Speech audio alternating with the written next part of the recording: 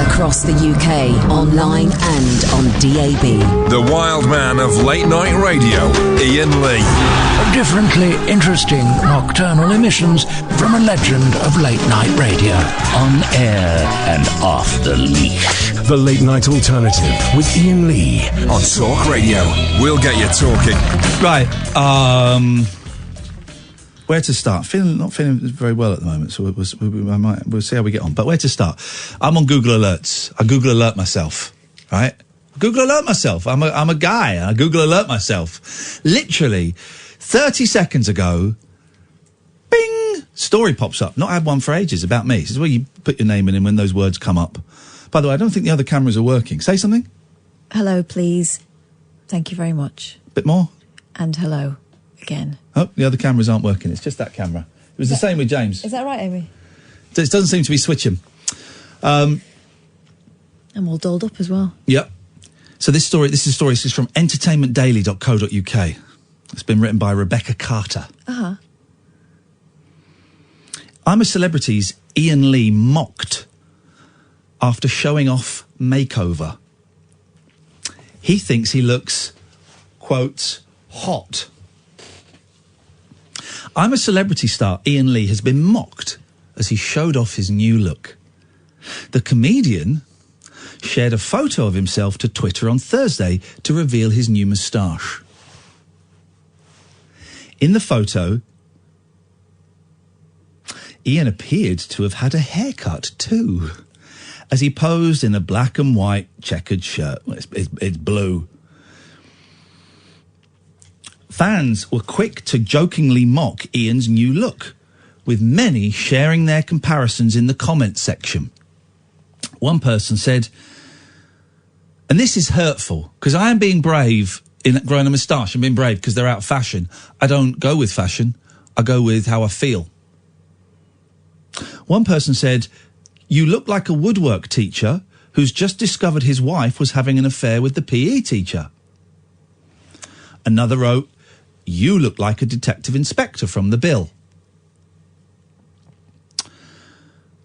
Where did you park the Spitfire, mate? A third tweeted. This is abuse. This is condoning trolling and body shaming. And I've got the names of those people, actually, who did that. And then they've got a tweet from Roger comparing me to the football player with the moustache, Ian Rush.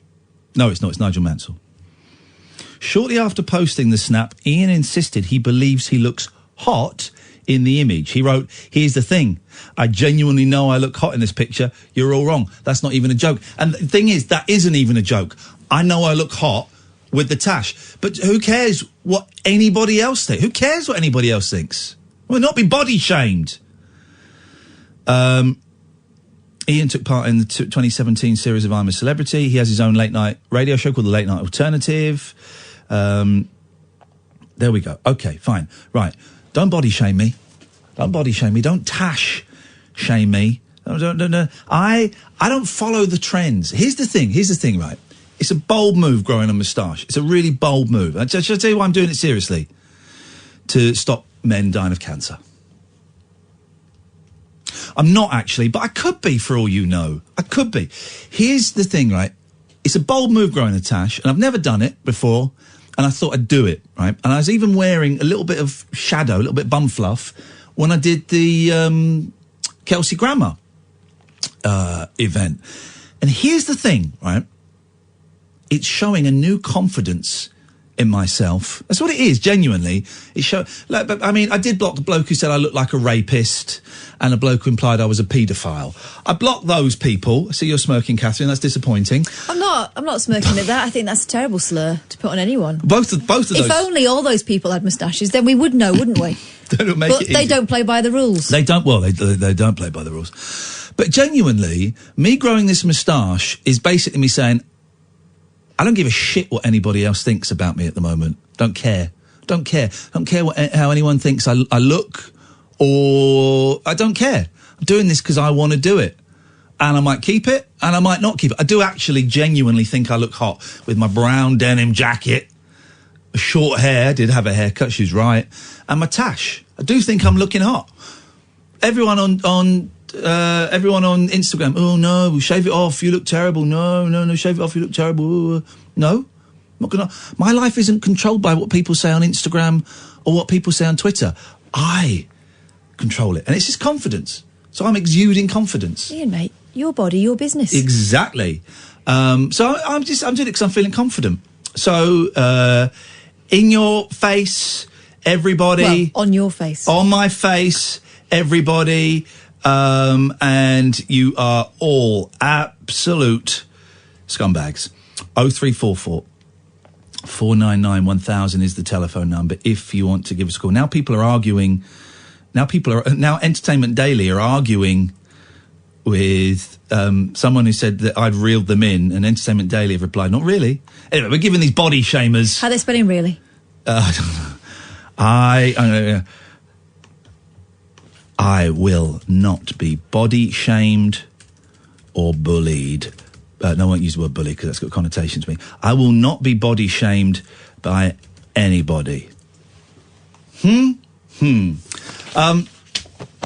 Entertainment Daily. Yeah. You do you. Come and sit here, Kath. I've got a bit of a dicky tummy. I just need to go to the toilet. We've got 3 calls. You're kidding me. No. You have to drag them down. Let me just make sure this. I'll drag them down. I've just got a dicky tummy. I'm gonna be back in a second. I've just got to.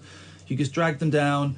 There you go. Drag them down. I've got one lined up for you. This is line 1. This is line 2. Line 1, line 2. Okay, that's all the. All do I want to speak to all these people? I don't know. Amy's sorting out. Sorry, I've just got a runny bottom. He has not. He's just. He's going to go and check the rest of Google. That's what's going on. Right. Okay. Hello. Hello. Hello. Who's that? It's Malky. How you doing? I'm all right, Malky. How are you? Very well, thanks. Good. What's the moustache situation on your face? Well, I quite like this idea of Movember, thinking of one of your callers, that this should be Iain June. Iain June, right, okay, we could call it something. Yeah, just a moustache thing. Yeah, I think it's a good idea. Do you know what? I think, you want to try something. Blokes have very few occasions to experiment with a new look, right? You might get a new haircut, but that's kind of it. Women are changing their image all the time. I think it's about time you guys got in on the action. You're spot on. Well, if Iain's got his dicky tummy, I was actually going to make a point. I've just watched a documentary, by the way, with your pal Katie Patrick. Right. Yeah. Brilliant documentary. You should check it out. It's on BBC4. It was really, really good. Hang on a minute. Have you washed your hands? I've washed my hands. They're fine. All right. Are you sure? Yeah. Real good. That was really quick. Yep. Well, that's the situation. I mean, what are you talking You about? feeling better, Iain? I'm feeling better, Malky. You're talking about the documentary about yacht rock. Yeah. It's great, isn't it? Absolutely great. She's talented, that woman. She's very talented. She's a talented woman, Malky. Thank you very much indeed. 0344 499 1000 is the telephone number. If you want to, give us a call, you're very welcome. I'm going to be honest. I'm not feeling great tonight, Kath. I'm feeling very hot. Are you hot? No. You're not hot. I'm feeling hot. Do you mind if I take my jacket off? God, I'm so hot. Jesus! I'm so hot. Oh, boiling. Oh, my God! That's the scariest thing I've ever seen. Oh, gosh, I'm so hot. Oh, I'm not feeling well. Tell you what, though. Do you like my new top? No. And I tell you what. Yeah? It looks like I'm going for a similar look to you. Yeah? Do you want to describe what I'm wearing here? Well, he's got. I bought this all the way from China. Got this manufactured. This is one of a kind. Do you want to explain it, Katherine? It's a lovely top.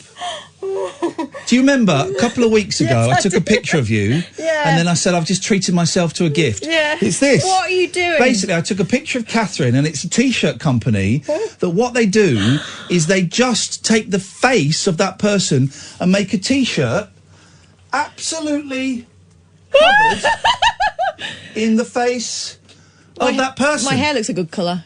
You're lucky I've got interesting coloured great, hair. Isn't it? It's hideous. Isn't it great? So, got this, and this is my favourite T-shirt. It's a bit creepy, mate. What, in what way is a T-shirt that's got, and I've counted them, it's like 52 faces of you on there? Well, in what way is that creepy? It's like you're wearing my skin. It's like you've like... That's the next step. I think what it does is it illustrates how much I respect you as a woman. I do respect you as a woman. I respect your womanhood. How I respect you as a producer. How I respect you as a guest on my show. This is weird, isn't it? And how much I just think you're a great human being. Thanks. Yeah, we like. Can you? I can't. The eyes are following me. They're your eyes. They would be. That's the worst thing. They would be. Just doing a treat. Oh my God. Just doing a treat for a mate. I'm going to take that noise to mean yes. Yes, works. I'm actually terrified. Can you put your coat back on? Come and give me a hug. No! Come and give you a hug. Come and give you a hug. No? Okay. Got some great calls coming in. It's going to be a good show tonight. Oh my God. Strong really? vibe. This is the Late Night Alternative with Iain and Kath on Talk Radio. Dead of Night discourse for disco queens, I'm related to Jed Wood and Dolly Parton. dairy farmers, Aye. and distant fathers. Yeah, well.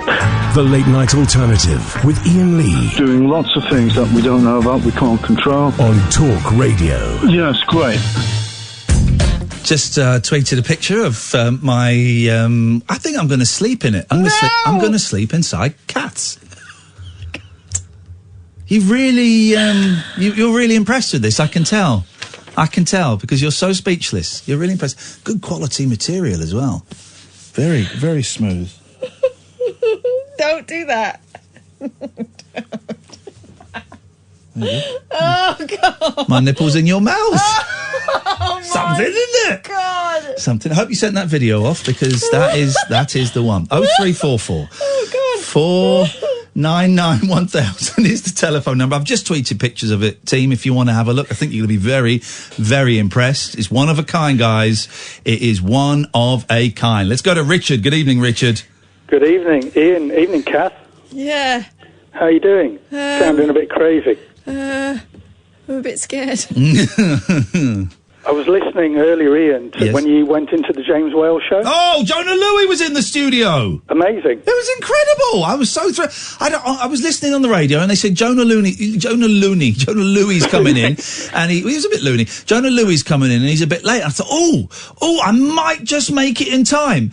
And I nipped in during and I would never run into a studio of another radio host while they're on air. It's just not done. But I went in and said, Jonah, can I get a picture? I'm really sorry. He was up for it. And then James said, sit down and have a chat. I'm glad you enjoyed it. I know James. I met him once because he used to do Radio Air in Leeds. Okay. When a friend of mine was a journalist on the station. Yeah. And I was going to phone James to tell him, but I waited until your show to tell him it's Iain Lee 1-0 against James Whale. There we go. Because there are two Gino Washingtons. Thank you. And I knew there was, right? My so pleasure. Mentioned Gino Washington, and I said, aren't there two Gino Washingtons? Kath can't look at me. What I was going to say is, this is the story I'd heard. There was an American Gino Washington, the famous one, and They're both American. They're both, are they? Right. And he had to join the army, so they just named another guy Gino Washington, and he took his place. Is that right? Yeah, and well, James is a soul boy. Yep. So he has my respect. Yeah. And he knows his music. He's got great taste in music. There was Gino Washington and the Ram Jam Band. Yep. And that Gino Washington with an E, Geno, Right. was in the forces and performed over here during the 60s. Yep. But back in Detroit in the 60s, there was Gino, whose real name is George Washington, Okay. Gino Washington with an I. Yeah. He recorded from the early 60s right through to the mid-80s. Yeah. He owned record labels. He was a producer, arranger, one of my favourite artists, one of my friends on Facebook. Yeah. And massive on the Northern Soul scene. Oh, there you go. Completely different Gino Washingtons. And the only, if you're a record collector like me, yes, there's a one of Gino, G-I-N-O, in the States. Yes, one of his to live now. Yes, best records. Yeah. They misspelled his name on the label as G-E-N-O, which confuses people. Right. Well, okay. Lot of Ginos there. And, So and you're they, are right. they in any way connected to Gino Ginelli? Not that I know of. Not no. that you know of. Okay, it's good. It's good to get these things. It's good to get these things checked out. Ian Lee 1. James Whale, nil. Kiss That's my the way it should be. ass, James. Thank you, Richard. I appreciate that. Let's go to Ray. Good evening, Ray. Good evening. Good evening, Ray. 8 days clean. Yes, well done. Congratulaziano. Yes, since I wet myself. Yep, there we go. Well done. First things first, are you Mr. Dulux? I'm not allowed to. Well, I'm not allowed to talk about any of the adverts that are on the radio. Of course not. Oh, okay. But you make up your own mind, guys. You make up your own mind. And the next thing is, there are only 2 people in history that have looked good with a moustache. Okay. How would you look good with a? I bet you look good with a. Hang on, he might be about to include you. Who's going to say Hitler and Oliver Hardy? I'm so not. Okay. Stacey Keach, Right. as Mike Hammer. Yep. And Tom Selleck as Thomas Magnum. Right. Everyone else. So what's your point? Oh, the point is Well, you want to be cut off, right? No, fine, I get that. You look good with a fist in your face. Oh, there we go. But why is it... Right, imagine if I put on weight, right? And I'm sort of half joking. So I'm not bothered. I'm sort of half joking. But also it's a bit confusing. If I put on weight, people went, oh, look at you, fatty fats. You fat git. Hey, look at you, fatty boy. Chubby checker and the fat boy's doing the twist. That would be unacceptable, right? That would be unacceptable. So why is it... I've grown a tash. I'm 46 years old. I've never done it. I've never done something really simple with my face, which is grow 2 inches of hair above the top bit. I've never done it. And you want to know something, guys? My partner loves it. Yeah, that's right. So you can all get knotted. They can all get knotted. And also, here's the thing, I like it. So I don't care. But why would you phone up and say, you look like a nonce? You look like a... It's part of the same thing that means that men don't experiment with fashion more. Yeah. And it's so ingrained that they don't even think about it. They just come out with it. It's like they see a moustache. Oh, I know what I'm supposed to say now. Yeah. But actually, yeah, like you say, whose business is it what you do with Also, your face? if you don't like it, get stuff. I don't. I'd like to see half of these people passing judgment. I don't want to see any of these Well, people. do you know what I mean? It's like, why would you go up to someone in the street and pass comment on what they were wearing or how they were having their hair? Some people do these days, unfortunately. Well, we're going to go to hushhush.com in a bit because it's real. We talked about it at the end of last night's show, and I think it's pretty amazing. So we're going to go there in a bit. First of all, let's go to Josh. Good evening, Josh. Oh, I've been experimenting with fashion lately. Oh yeah. I bought some I'll say powder blue trousers. Oh, yes. Summery. But they taper into the leg as well. So would you call them skinny fit? Well, I don't know. The thing is, I'm not sure whether you've got to wear them with socks or without socks. This is my issue at the moment. Oh, no. This whole thing of not wearing socks is just ridiculous. It's that's because you're an English man, aren't you? You're very English in your outlook. So, therefore... Yes. Well, I'm European in my outlook. Well, I don't think so. I do. Well, I know so. Mind you, the moustache is probably more suited to... Right, cut you off as well. There we go again. Let's go to Nigel. Good evening, Nigel. You're growing. Listen to this. Yeah? Time has come. He's shaving. It's off. It's coming off. What's coming off? I'm not quite sure what that machine is. Be careful. The beard. You're shaving the beard off? Everything is coming off right now. Shave your pubes. No. Shave your pubes. There's nothing to shave. Just the beard. Here we go. And the head. Beards are gone, man. Beards are done. Beards were done in 1972. They were done. Well, then they came back for a little bit, but beards are gone. Beards are over. Beards are history. This issue of socks or no socks. Yes. We live in England. Yes. We wear socks. Okay. If you go to the beach, you don't wear socks. No. When you're in London or England, you wear socks.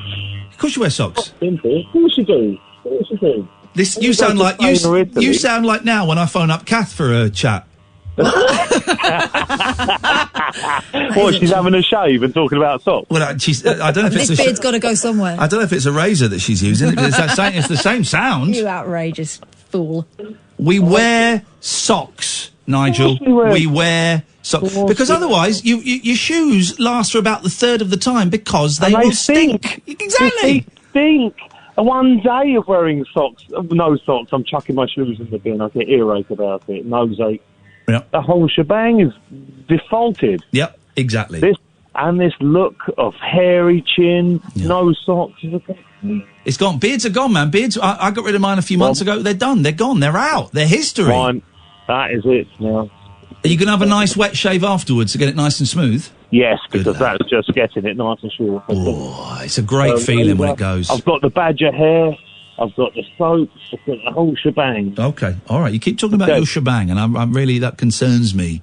Well, slightly. I've got to go to the shebang right now. All right, you go and have a shebang if that's what you want to do. 0344 499 1000 is the telephone number. Let's go to Jack. Good evening, Jack.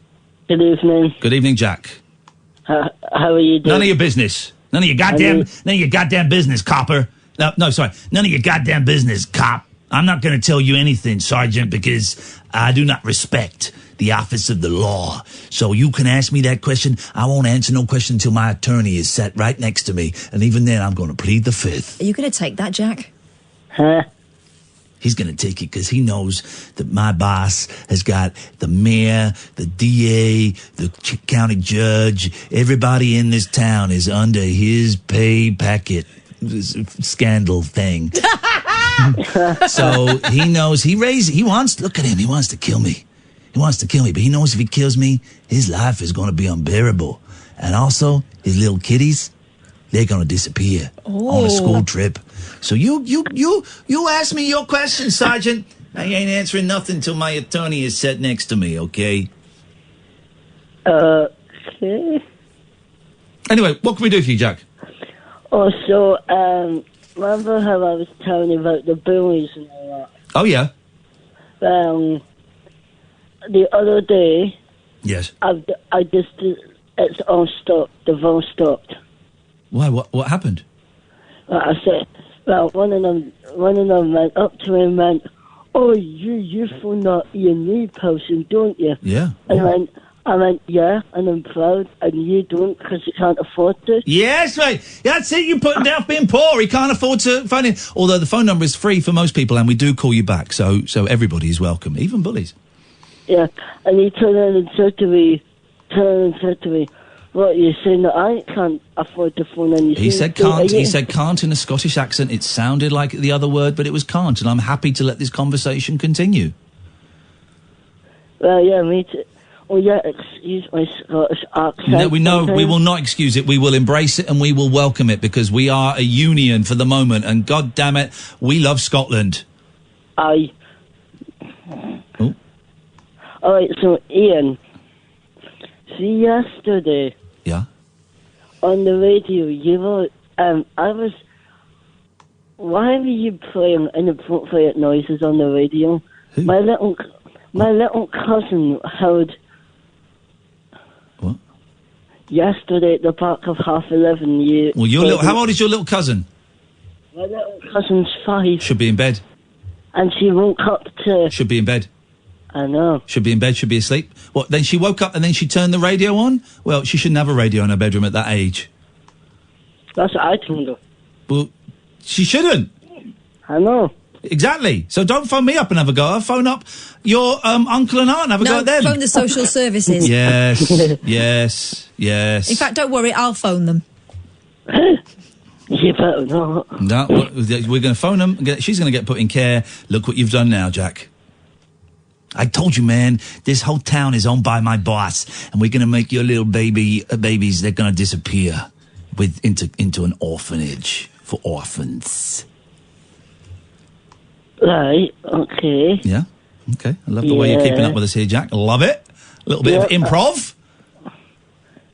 Yeah, I'm lost. Me too. Tell me about it, buddy. This is what I'm trying to find the thread here. 30 minutes in, and it turns out this T-shirt isn't very breathable. Very sweaty in here. So I was wondering... By the way, I'd love to see you wearing this later on, Catherine. I'm going to go and put my shirt on in a bit, and you're going to wear it, okay? That would be, for me, would be the ideal scenario. What the hell kind of thing is this? It's a T-shirt that's got 52 of you on it. It's a fitting tribute to a lovely friend, confidant, and colleague. It's a tribute to you. This T-shirt is a tribute to you. Yeah. Yeah? It's Silence of the Lambs all over again. I'm going to be down a pit, aren't I? I'm very surprised by your attitude. Yeah. I thought you'd be a bit more grateful. Anyway, Jack, what else can we do for you tonight? Well, I want to do radio when I'm older. I was wondering, can I have a wee shot just now? Yeah, go on. Wait, what? I was wondering if people would want to maybe talk to me. Okay, if you want to talk to Jack, 0344. I'll take the first two calls straight to air. If you want to talk to Jack, 0344 499 1000 is the telephone number. If you want to give us a call, you will go straight to Jack. Let's wait. Let's got to wait now, Jack. Now, while we're waiting, you have to do what I have to do when we're waiting for calls. You have to fill. So away you go. Okay, so whilst we're waiting on the calls to come in, I'm just going to talk to you about my life. So my name's Jack. I'm from Scotland. I'm just on Ian Lee's show on Talk Radio. It's an amazing show. You need to call him up on the phone number, which I've suddenly forgotten. I'm so prepared. 0344 499 1000. I'm going to be honest, Jack. The phones aren't. Hang on a second. Let's. Jack, say hello to my good friend Chris. Hello, Chris. How are you doing? Hello, you. I'm not Ian. I'm Jack. Oh. This is awkward. Hello, Jack. Hello, Chris. How are you doing? I was going to say the phone number then. It's 0344 499 1000. Thank you, and if you guys didn't hear that, it's 03. Okay, just stop saying the phone number. Let's have some content. Right, say hello to line 3. Go on, Jack. Hello, line 3. Hi, Jack. Oh, hello, who's this? Jeez. What's your name? Yes, caller. Hello, caller. You're free to talk radio. He's gone. Okay, go back to Chris. Let's just stick with Chris. Okay, Chris, I am sorry hang on a minute. The vibe really is... here we go. Line 3, you're through to Jack. Hi, can I speak to Jack, please? Yeah, you're through to Jack. That's why I just said it. Hello, I'm Jack. Oh, hi, Jack. Hi, how you doing, Jack? Oh, I'm doing absolutely fabulous. Here's the thing. All right, stop me now. Right, it's really boring asking each other. I noticed that we've fallen into this trap a bit. Hi, Ian, how you doing? I'm great, thanks. Hi, Kath, how you doing? Yeah, I'm great, thanks. Right, let's just get straight into the calls. Okay, so... Jack, my question is as follows. How ridiculous is Ian Lee's moustache? Right, you're blocked. You're blocked. Hang on a second. Let's stay there. Let's go to... Say hello to Nelly, Jack. Hello, Nelly. Hello, Jack. You okay? Yeah, I am. I'm doing fine. I'm just going to get straight into the call. What do you want to talk about? Right, Jack. Well, I've got a quiz for you. Uh-oh. And it is 10. What you've got to do, I've written down 10 things. And you've got to try and guess what's on my list of 10 things. Oh, God. So the subject, Jack, is, let's see, because Ian and Kath, they're rubbish at this. But I think you... I'm about to cut both of you off. No. Yes, because, I mean, come on, guys. My job, you can start taking calls again, Amy. My job is to keep a vibe going. Sans vibe. Still, this guy will bring the vibe back. It's Chris. Yes? Yeah, Chris, let's get that vibe, baby. I do apologise, sorry. That's all right. Hey, you stole a little bit of the vibe. I'm going to suck it out of you. Chris, what can we do for you tonight? Well, I was going to... even though I don't ring up every night... No. I do listen to you most every night. Well done, thank you. And I do get how the friendship you and Kath have, And I love that. Yes. And... Right. Jealous? No, not Okay. at all. You should be. No, I used to have it with a friend of mine. Okay. Do you know what we're going to do, Chris? One. We're gonna stop this and we're gonna start the show again, and we're gonna create a vibe. Oh, go on. Yeah. Okay. Right. Goodbye. I mean, dear God. Right. We're gonna play the adverts. Then when we come back, can we play the bed at the start of the show and all that? We're gonna start the show again. The vibe is just totally gone. Could you put your jacket on? No, it's hot. This t-shirt doesn't breathe. Actually making me. You've got pain in my chest wearing it. I wonder if it's something toxic in it. Haunted. Right. Adverts. What was I saying? I feel nauseous. Adverts. Start the show. Boom. Let's go. Talk radio. Across the UK, online and on DAB. He has made a covenant with the night, and with the darkness he is in agreement. Uncut after-hours conversation for the up-all-night generation. The Late Night Alternative with Iain Lee on Talk Radio. We'll get you talking. Ooga saga, ooga saga, ooga saga, ooga saga, ooga saga, ooga saga, ooga saga.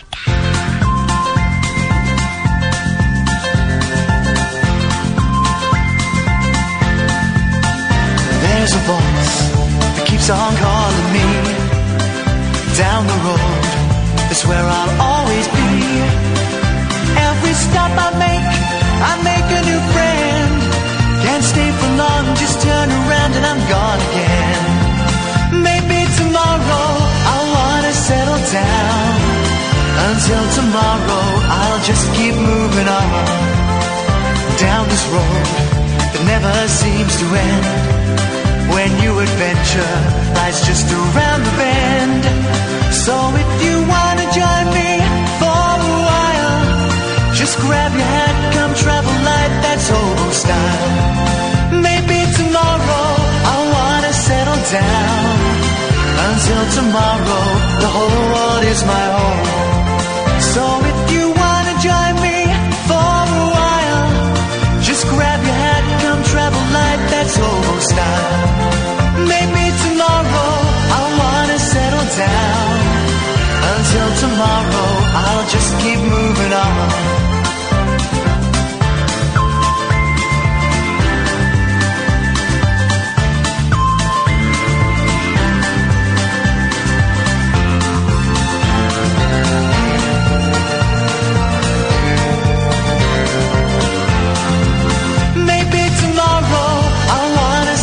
Down. Until tomorrow, I'll just keep moving on. There's a world that's waiting to unfold, a brand new tale no one has ever told. We've journeyed far, but you know it won't be long. We're almost there and we paid our fare with a hobo song. Maybe tomorrow I'll wanna settle down. Until tomorrow, I'll just keep moving on. So if you wanna join me for a while, just grab your hat, come travel light, that's hobo style. Maybe tomorrow, I'll find what I call home. Until tomorrow. Here we go. Welcome to the Late Night Alternative with Iain Lee. Who the hell are you? Katherine Boyle, what are you wearing? I am wearing a T-shirt covered in 52 of your faces, all identical. I got it. I saw it. It popped up in, you know, these adverts pop up in your Facebook feed, right? Yeah. And they're all crap. They're all, for me, it's a lot of horrible Chinese retro game rip-off things. They all seem quite hooky, these adverts, or, you know... I bought a dress and a top from one of those adverts, and they never come... They come from China, even though they don't look like they're from China. All from China. And they're always, like, 3 sizes too small, and it's not worth sending them back. One advert was for a 3D pen, right? So it was a pen, so you could write on the paper, and then you could write up in the air. No. Yeah. That's not... Yeah. And then it popped up a couple of weeks ago while I was sat next to you. It was just some dude in a T-shirt covered with pictures of my face. Faces of a woman. And I thought, is that the T-shirt, or can you get any face you want on there? And I clicked on the website, 20 quid, or 25 quid including postage from China. And you send in a picture, and it puts the face on it. It's a stunning piece of work. When's our next rabbit hole? London. No. London. I can't concentrate. London. I will be wearing this. London is sold out. I will be wearing... Here's the thing, right? Dorset, we've sold 37 tickets. July the 6th, I think it is, or 7th. 6th or 7th. Well, wear that T-shirt. We've got an extra 55. If we sell over 50 tickets, I'll wear this T-shirt for that as well. God. I don't think I'm going to get many washes out of it, because it feels a bit plasticky. Going to wash my face off? If I got a hole... No. No, oh my God. So you can breathe. So it's a great T-shirt. I thoroughly recommend it. I've just tweeted the website. I got it from some weird Chinese website. You just upload a picture. 2 weeks ago I ordered this, maybe 3 weeks ago, and it came, and it is an absolute joy. It's my favourite piece of clothing. I'm going to wear this at my next wedding. The next time I get married, my wedding, I'm going to wear this, and whoever that lucky lady or gentleman is, they're going to be grateful and gracious to walk... that might be a bit off-putting, actually. No, I'll wear it on my wedding night. God. You're a good mate. So the 0344 499 1000 is the phone number. Penny, stay there. We'll come to you in a bit. I've got to build a bit of vibe up here. Right. So at the end of last night's show... there was a story similar to this T-shirt. What was this? Do you remember the story? Yeah, I've got it here. Go on, do the story again. It was about a millionaire whose wife had divorced him against his wishes. And so, because he doesn't want to have sex with anyone else, he misses his ex-wife so much, he's commissioned a very posh kind of version of Amazon for millionaires. And we looked into it, didn't we, yesterday? Hushhush.com. And it's real, and I've got it open, and it's the most insane site in the world. He's commissioned them to make a sex doll of his wife, ex-wife. That is strange. But then I thought about it and thought, well, it's the same as having a blow-up doll back in the day and sticking a picture of Sam Fox on the front. Well, yeah, unless Sam Fox had said she didn't want to have anything to do with you anymore. Well, there's that, I think by her job she was saying... I think she knew men were masturbating over her. I know. I think she knew that. But in this instance... this is a relationship that is over. He doesn't want it to be over. So he's... unlucky. I think psychologically it's both interesting and hugely unhealthy what he's doing. Okay. If I can't have you, I'm going to have a piece of plastic that looks like you. Okay. I'm kind of on this guy's side. How can you be on his side? Oh, you're wearing a T-shirt with someone else's face on that you've taken... without my consent. Okay, well, the picture, you let me take the picture. I know, I didn't realise what you were going to use it for. You let me take the picture, and that is that. Anyway, so then we looked at this hushhush.com, and it's Amazon for millionaires, right? It is insane. It looks like a joke. It looks like a joke, right. Some of the things they're selling. So, we've got South American Andes bottled oxygen, which is cheaper than the Himalayas. Right. 100 litres, so it's like an oxygen tank that you see in hospital for scuba divers. 100 litres, $210,000. Now, what's weird about this site, right? Some of it's in dollars, some of it's in pounds, and I don't quite understand why. Our bottled oxygen provides fresh, clean air aimed to boost your health and happiness. Containing air from the cleanest areas of the world, Millionaire allows you to enjoy the purest oxygen available without leaving your front door. Bottled oxygen is available from a range of locations: Mount Everest's base camp, the Alps, the Himalayas. Mount Everest base camp, I'd want the top of Mount Everest. Yeah, anyone can do that. That's like getting 150 metres away from it. The Canadian Rockies, the Lake District, flipping heck, Snowdonia and the Scottish Highlands. Okay, so there's Lake District Air is $103,000. Okay. Then we saw there was a diamond-encrusted Rubik's Cube for $2.5 million. $2.5 million. No one likes puzzling that much. Well, and here's the thing, right? Now, this is only $150,000, right? It's only $150,000, right? And this is insane. I didn't even know this technology existed. Hover Surf Scorpion 3 hover bike. And it's like a motorbike without wheels that's got propellers that can fly. We read more. Are there any reviews of it? It's the #1 bestseller in gadgets.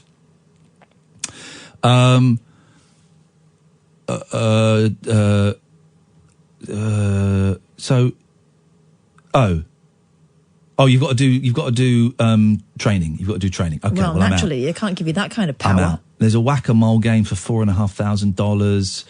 There's this is great for $1 million. Oh, this is great.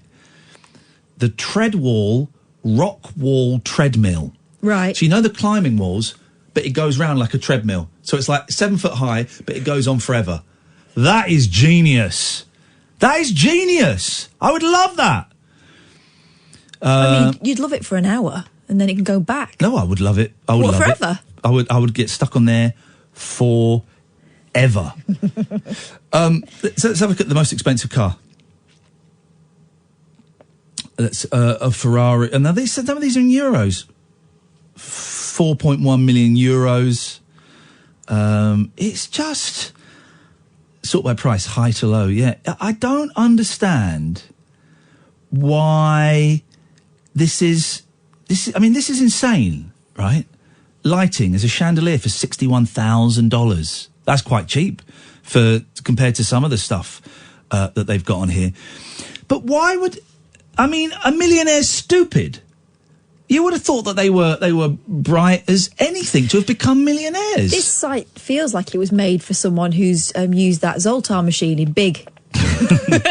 And it suddenly has got loads of money, no taste, and indiscriminate, is shopping indiscriminately. Because it's things that are of no...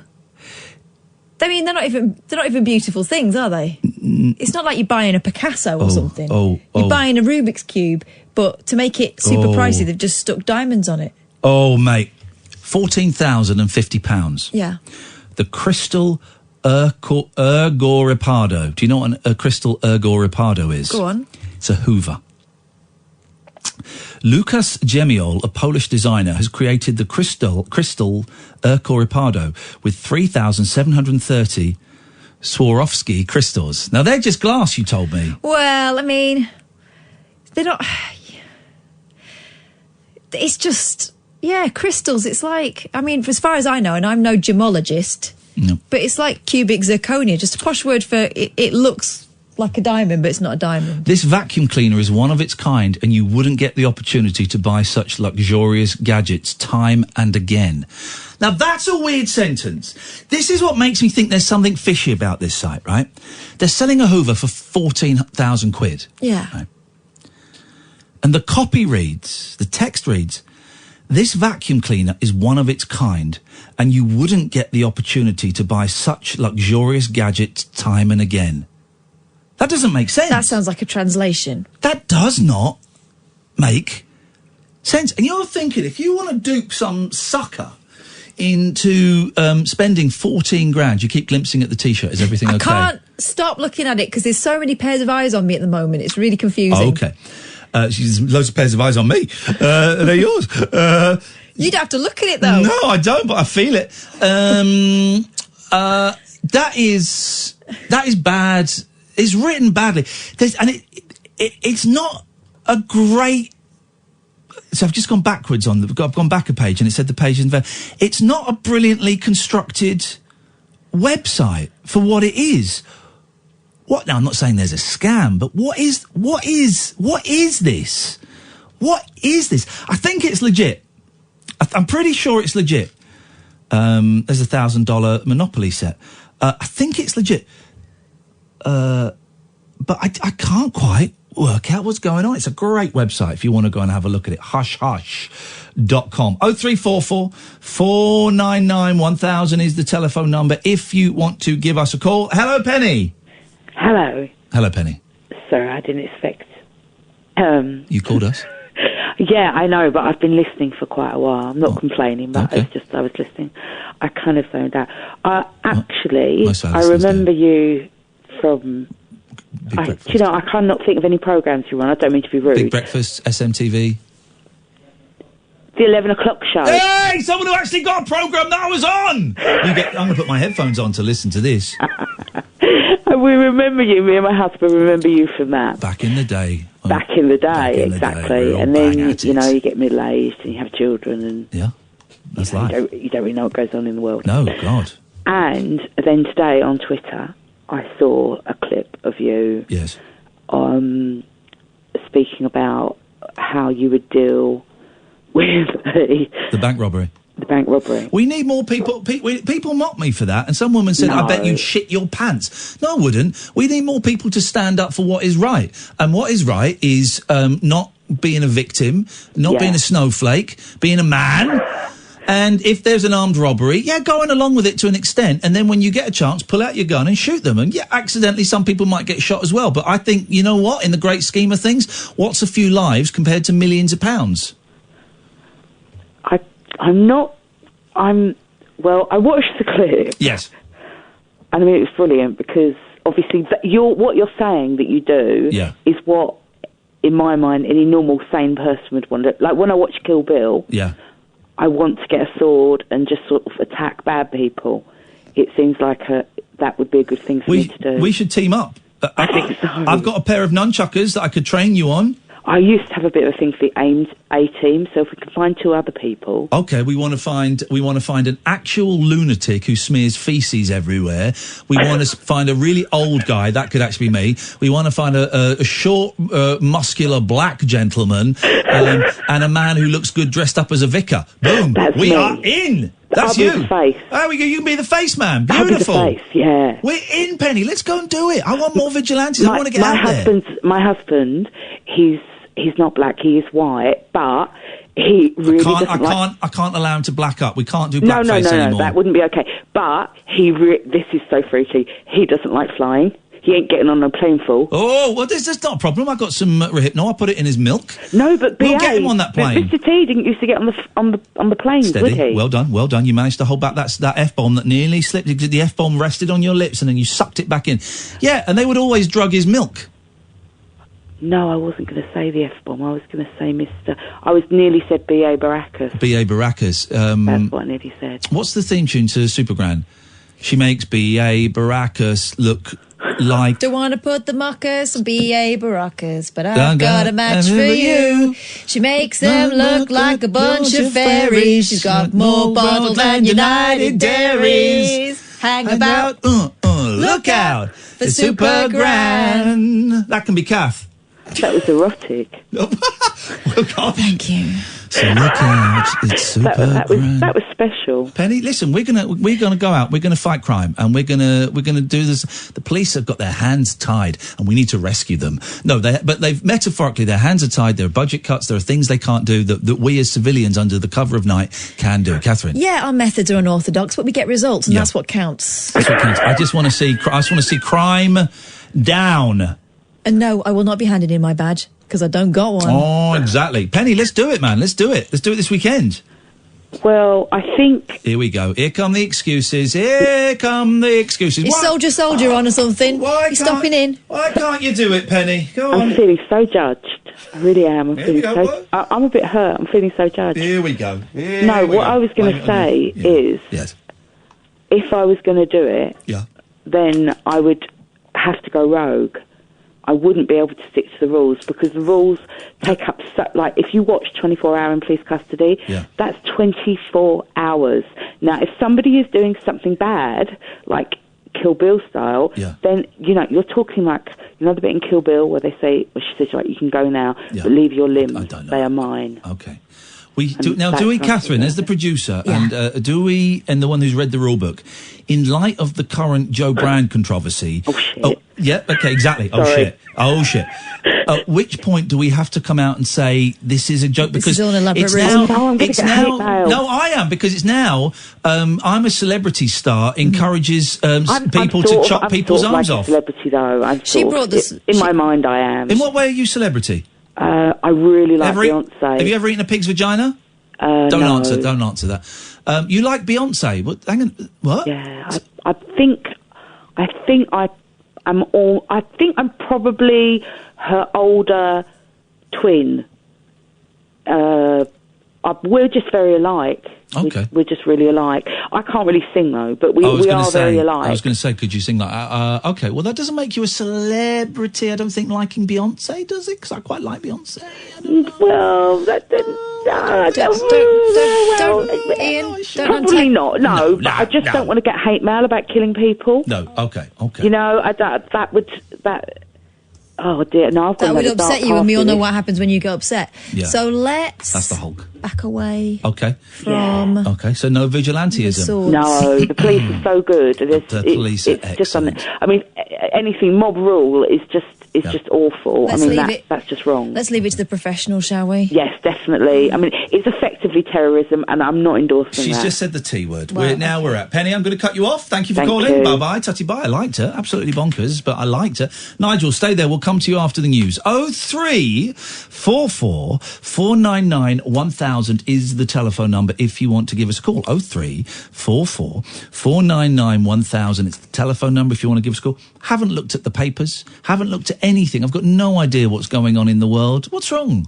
Could you please get changed? Can we take the T-shirt off? Not now. I want you Okay. to go and swap it for your other one. I'm not going to do that. I'm in for the long haul, although it is very, very hot in here and it's making me feel a little bit nauseous. This is the Late Night Alternative with Iain Lee and 53 Katherine Boyles on Talk Radio. Talk Radio.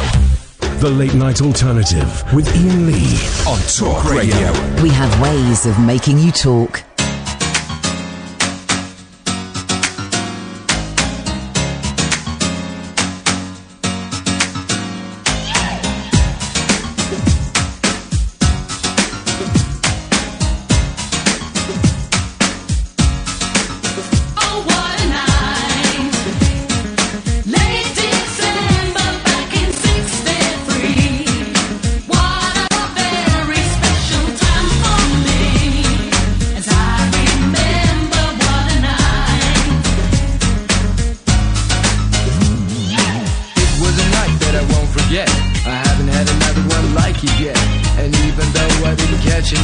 I knew I was never gonna be the same.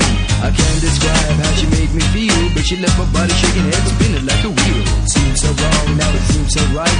Oh, what a lady, and oh, what a night. I get a funny feeling when you are in my room at night. As I recall it ending much too soon. Oh, what a night.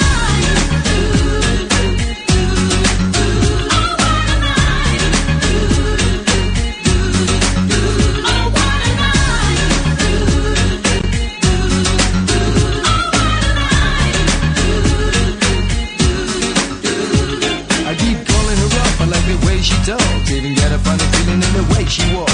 I really don't care about this, about that, cause all I really want's another night like that. Can't help thinking about the things we did then. Answer me this, can we do it again? It seems so wrong, now it seems so right. Oh, what a lady, oh, what a night. I get a funny feeling when you are in my room at night. As I recall it ending much too soon. Oh, what a night. Oh, what a night. Oh, what a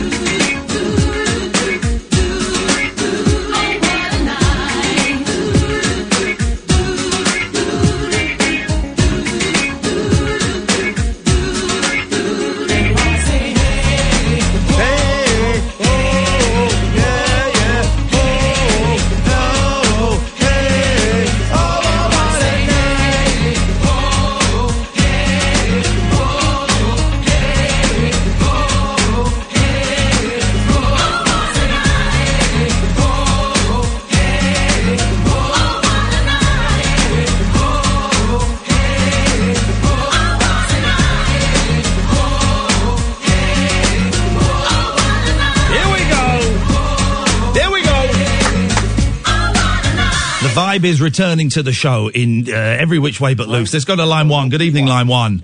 Because nobody's watching. Line one. What do you want? What do you want?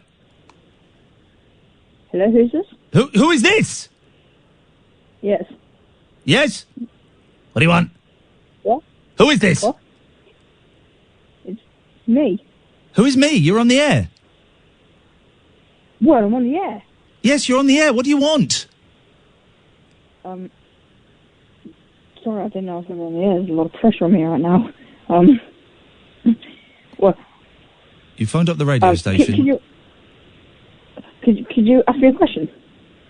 Well, have you phoned up the... Do you know you phoned up the radio, yeah? Yeah. Right. Okay, I'll ask you a question. Why have you phoned up the radio? I don't know. My friend just told me to call this number, and I didn't know it was a radio number. Okay, Sorry. that's great news. Thank you so much. Thank you so much for your time. It really is appreciated. Let's go to Nigel. Good evening, Nigel. Good morning, Ian. Good evening, Nigel.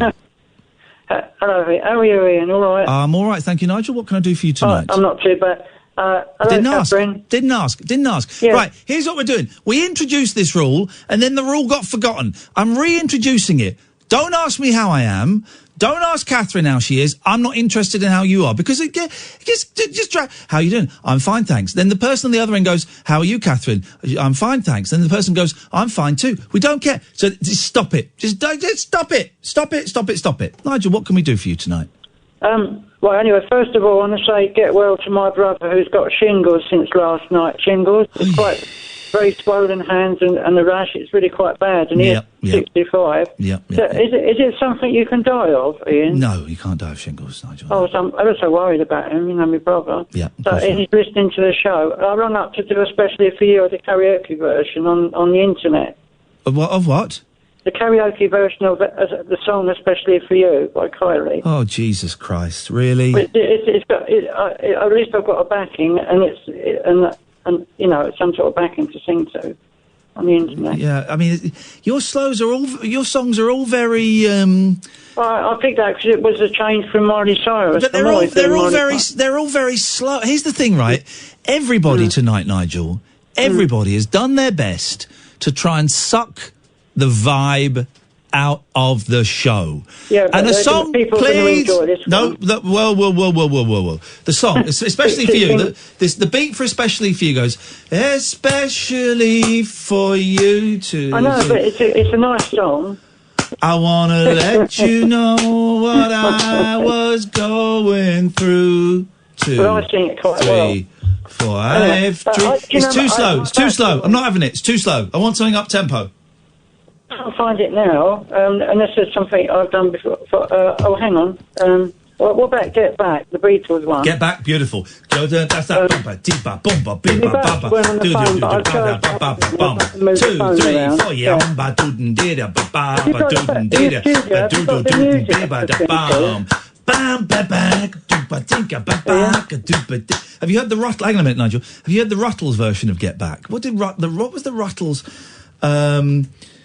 What was the Get Back? Listen to this now. This is funny, man. The Ruttles are such a good band. Come and watch a bit of the video of this as well. Look at the video of this. Look at them, man. They're great. Waking up a feeling in a one-horse town was a jockey by the name of Joe. He didn't have a lot of what you might call luck, but he had a lot of get up and go. Get up and go. Get up and go. Oh man, I'm watching the Ruttles. Have I got the Ruttles? I don't think I've got the. I've never seen it. Oh, Katherine, then I'm buying the DVD. We're watching the Ruttles together. It's brilliant. It is brilliant. Brilliant. I'm buying the Ruttles. Okay, the Ruttles is being bought. You can do Get Back. I'll do that for you then. I'll do it quite fast. Do it fast. You haven't got the backing. Haven't you got the backing? No, I haven't. I haven't got the backing here. No. Oh, and I can't find it quickly at the moment. Okay. Jojo was a man who thought he was a woman, but he was another man. 2, 3, 4. All the girls around him say he's got it coming, but he gets it while he can. Get back. Come on. Get back. Let's have it. Get back to where you once belonged. Oh, yeah. Get back. Get back. Hello. Get back to where you once belonged. Wow. Thought she was a woman, but she was another man. Oh, round again. All the girls around here say she's got it coming, but she gets it while she can. Dick. Get back, sing along. Corny. Get back, sing Dirty along. pervert. Get back to where you once belong. Ooh, bum, bum, bum, bum, bum, bum, Oh, bum, bum, yeah. Get back, yeah.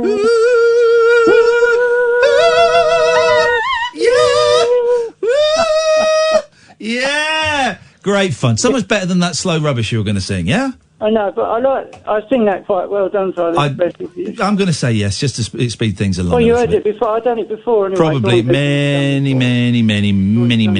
all many times. Anyway, I hope my brother was listening. Fingers crossed for your brother. Thank you very much, Nigel. Let's go to Giselle. Good evening, Giselle. Good evening, Ian. Good evening. I am now trying to find the best. Now, what's the experts? Basically, Dave. What's the best version of the Ruttles to get?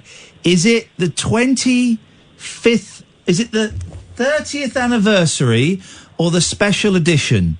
What is the best version to get, Dave? Over to you. Giselle, what can we do for you this evening? I was just wondering what I missed in the last hour. God. Oh, God. Some very bold fashion choices. Was Ian wearing a dress again? Nope. He's wearing a T-shirt covered in my face. Oh, I should be so lucky. He's also been defending your best, mate. He's also been defending his right to wear a moustache. Yeah. I've been getting body shamed because of moustache, and then this crappy little online, thing that body shame me, and they're coming out fighting with my listeners just because they're calling out their tawdry huckstering, Heathcliff huxtabling. So I've got a moustache, and I don't. People shouldn't body shame me for it. I'm sort of half joking, but actually there is a serious point to it. And I've got a T-shirt covered in Katherine's face, and everybody has come on to try and suck the vibe out of the show. The first hour was dry. Well, it's better than it being wet. Yeah, well, no, I want it wet. I want it wet and sloppy. I want it splashing all over the place. It's dry that you start. Here's the thing. It only dawned on me yesterday. In cowboy films, they get a match and they strike it under the table and it lights. That's because they used to put strips under the bar. They would put strips under the bar so you could strike matches on. Oh, I thought it was just very rough wood. They sanded the top. They put strips on there that you could strike a match on. It's very nice of them. Yeah, it's nice of them to do that. What's going on for you, Giselle? I hosted a dinner party tonight. Oh, come down with me. Yeah. Apparently it's as good as Jamie Oliver's restaurant. Well, they're all closed down, aren't they now? So they're all closed down, yeah. Having one of those listeria sandwiches. That's scary, isn't it? These I don't know how many it's 5 people have actually died from sandwiches that they bought in hospital. They were, weren't they? They were in the hospital. Yeah. People have died. Now, listeria is dangerous to everyone, but it will kill you. You're more likely to kill you if you're very seriously ill or elderly because your body hasn't got the resistance to it. Let me see. Actually, I want to get the number because I think it might be more listeria deaths. Anyway, what did you serve up, Giselle? Well, I didn't kill anyone for a start. Well, you don't know that yet. Let's wait till tomorrow. Well, tomorrow never comes. It's always a now, Katherine. Roast chicken and all the trimmings. Oh, snazzy. Well, it's an easy thing to cook. I mean, is it? Roast chicken? I've done it, but is it easy? Yeah. Well, some people can't boil an egg in. Well, you roasted its mum, so you must know what roast chicken. Here's the thing about a roast dinner, right? Here's the thing. Here's my tip on how to do a roast dinner. It's all about maths. It's maths. Right. How long will that take? How long will that take? How long will that take? Boom, boom, boom, boom, boom. Bishy, bashy, boshy. You get something a little bit wrong, you just take it out and put it lower down in the oven. It's fine. It's fine. I'll do a roast for you now. 5 minutes. Boom. It's done. It's 5 ready. minutes? Yes, mate. Because I'm a master roaster. Do you do it like on Art Attack where Neil used to, here's what I made earlier? What are you talking about? I go on and I do a roast. And here's the thing, idiots. I'm talking to you, Giselle. I'm talking to you, Katherine. I'm talking to all the listeners. Here's the thing, right? Oh, you idiots. You still put the crosses in the Brussels sprouts. You don't need to. Because Brussels sprouts are now bread They have genetically been bred so that you don't have to put the X in them anymore. But breaded is not a thing. I was going to say it's not a thing. They have been genetically modernised, GM'd, so that you don't have to put the X's in the base anymore. And you suckers are still doing it. Oh, I'm so tired of my hand. Well, you're wasting your time. You don't know how to do it. Come to me. Come to me. Come to me. I'll tell you. I've got all these hacks. I'm writing a book called Lee's Life Hacks. And that is in there. That's one of the hacks. In fact, I'm going to do that this weekend. I'm going to finish my book off, Lee's Life Hacks. And it's going to be full of life hacks. You're going to be the new Mrs. Hinch. Who's that? Cleaning woman. No. She's like Kim and Aggie, but sexy. Here's the thing.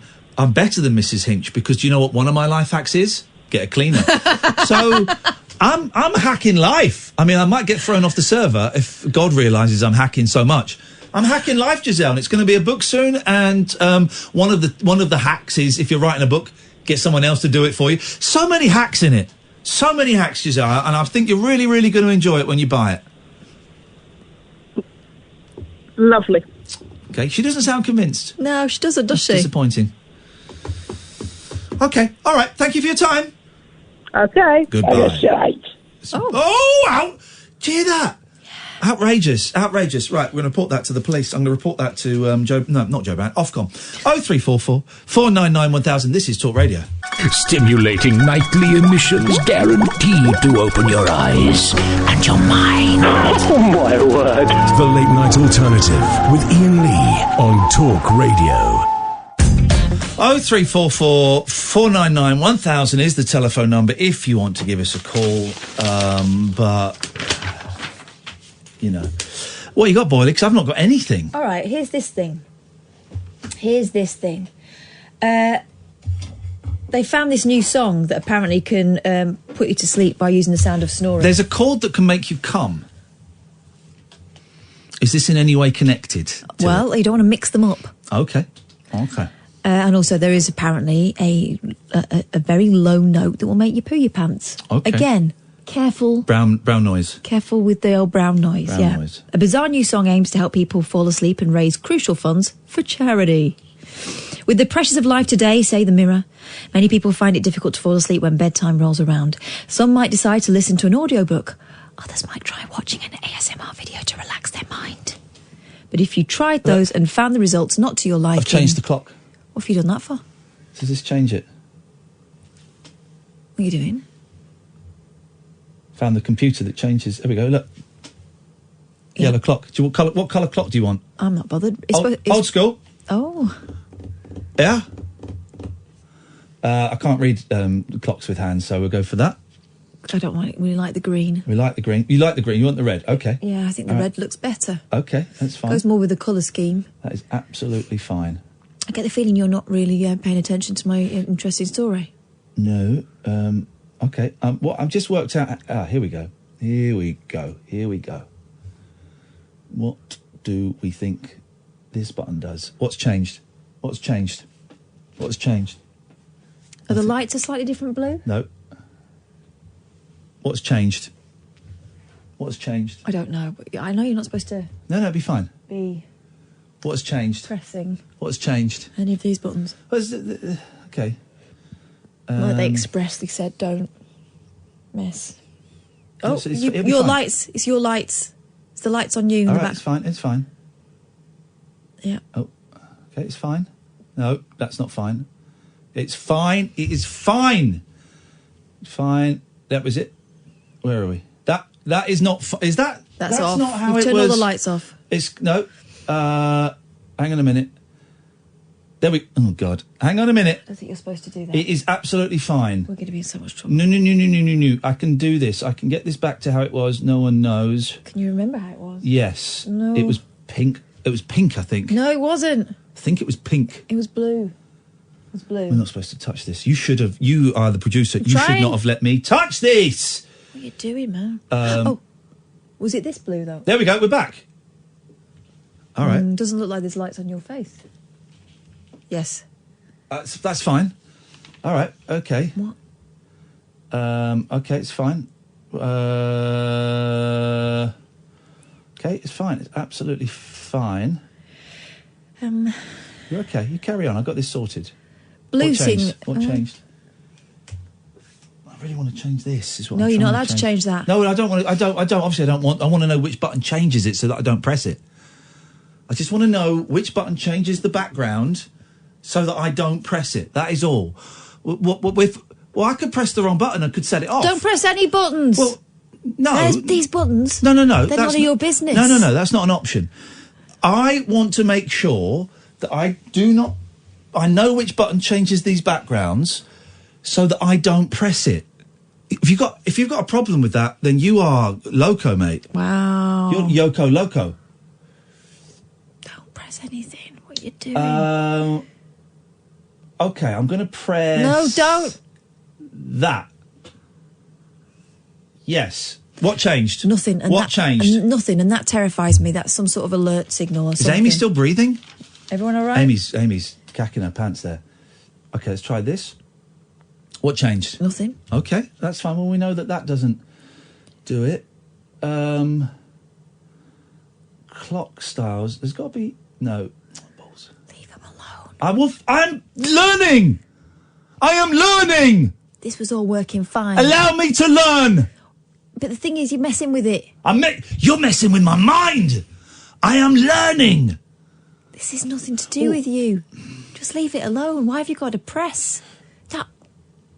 Stop it. Okay, all right, fine. You do your little story. No. You're supposed to be talking. I'm bored of it. Stop messing with that. I like that. Oh. It's not very accurate, though, is it? No. There we go. That, and that. Okay, fixed it. Right, done. We're all fixed. Let's go. What have we got? What's the story? What's the story, Rory? Jack and Ori? Morning Glory? Morning Glory. Do you know what Morning Glory means? 2 definitions of it, please. Let's go. Yeah, one's a flower. Bit more than a flower. Psychosilibin. It's psychedelic plant. And the other one? It's the It's that. It's the thing that greets younger gentlemen when they stay at my house. No, joking. It's the thing that greets men in the morning. It's their wake-up call. The alarm has gone off. Well, it hasn't gone off. That takes... Anyway, we're getting on a tangent. Let's rock and roll. Let's rock and roll. The vibe is strong. The vibe is strong. Katherine Boyle has got a story. Oh, by the way, right, hang on a second. Right, okay. Please don't have a pop at my followers. You wrote a snide story about my moustache. It's cool. Please just leave it. That's Entertainment Daily. Right. Vibe is strong. Let's go. Blues singer Yeah. Simon Webb, acclaimed music producer Aubrey Whitfield, and Play Ojo have joined forces to create a charity single with a difference. The difference being that it can help put people to sleep. It's called Snored to Sleep, and it aims to put you in a deep slumber using the sound of snoring. Yes, you heard it. Snoring apparently can be soothing. The 1-minute 40-second track combines the sound of crowd-sourced snoring with a slow melody, low frequencies and a rhythmic repetitive bass, all of which have been linked to lowering heart and breath rates. Oh. Scientific studies have shown this can lead to reduced brain activity, creating the perfect environment for restful sleep, while also creating the paradoxical situation of snoring helping rather than hindering a good night's skip. Oh. Research revealed in the National's Top Snoring Week by Play Ojo revealed that over 65% of Brits have experienced disruptive sleep. What are you doing? ASMR. Okay. Due to snoring, and worse, nearly a fifth of couples regularly argue about snoring. On top of that, it's estimated that 1.5 million adults in the UK suffer from obstructive sleep apnea, characterised by snoring. Yet 85% of cases remain undiagnosed. All proceeds from the song will be donated to Hope to Sleep, a charity that works to combat sleep-related health problems such as sleep apneas. And that. I couldn't even hear the end of that. Well, I didn't even know what you were talking about in the end. There was... Why are people arguing with me? Listen, let's write off tonight's show. The vibe's gone. Great first hour. Well, to do to us. But the vibe is gone. So let's just write off tonight's show. So let's just go anywhere that he goes, okay? Because let's be honest, most of the callers haven't been up to it. We've had 3 good calls. I'm not naming them. They know who they are. They know who they are. But this clip of me arguing with a Michael Jackson impersonator from like 5 months ago. For some reason that's doing the rounds again. It's been subtitled in French. It's doing the rounds again. So I'm getting a lot of the people having a pop at me about that and not asking, this was done a long time ago, have you changed your mind? You just reacting to things. Anyway, so whatever. And there's this guy who's in his avatar, it's him holding a young girl, defending Michael Jackson, right? So I've said, well, would you let your daughter sleep with Michael Jackson? I wouldn't let anyone sleep with my daughter, but that isn't the point. And with that comment, you have shown yourself to be a sick, twisted F. Wow. Absolute brain-dead moron. Don't know why anyone would want to listen to a guy that loves the sound of his own voice. Well, no, that is the point, because kids that age did sleep with Michael Jackson, whether there was sex or not. They did. So that is the point. So you're calling me a sick, twisted F, but that's what he does. But hang on, why wouldn't you? If you think he's an innocent man, why wouldn't you? Oh, yeah, we did that. But don't... But the thing is, you're never going to change these people's minds. Twitter's been a really weird place today. I posted a picture of Jonah Louis, who's going to come on this show, Stop the Cavalry, Always in the Kitchen at Parties, and a few others. He was on with James Whale, and I got really excited because I love Jonah Louis. We tried to get him on the show a while ago, and we met a dead end. He's coming on now. He's going to bring in an accordion and play some songs for us. Can't wait. 72. And I did something I have never done before, right? I came into James's studio while he was on air. Did it during the adverts, but I came in while he was on air, and I just said, James, I'm really sorry. Jonah, I'm a huge fan, man. Can I get a picture with you? Beautiful. And then James very kindly let me come and sit in on the interview, and it was a thrill, right? I would never do that. It was quite rude of me it's rude to go into another presenter's studio when they're on, but once in 20 years. But as far as you were concerned, you're only nipping in. I was nipping in, but and James was cool with it, right? And so I posted a picture of me and Jonah Louis, and I said, if you don't know who this guy is, unfollow me. Now, his 2 big hits were 39 years ago. 2 big hits, 39 years ago, and a few other great songs, right? But so of course most people aren't going to know his. I sent the picture to my sister, who was a huge fan. She didn't recognise him, right? I don't think he's changed that much. I don't think he's changed at all. But if you're not expecting him, it might be a bit of a stretch. Yeah. And I said, if you don't know who this is, unfollow me. A handful of people said, oh, okay, and unfollowed me. Right. A couple did it as a joke. A woman claimed she'd done it as a joke and was going to follow me again, but she'd received so much abuse because I'd singled her out, so much abuse in her DMs and in the thread that she wasn't going to follow me again. Well, I checked the thread. She had received no abuse and her DMs were closed. So she hadn't... I don't believe her. I don't believe her. I think she was telling a porcupine. But people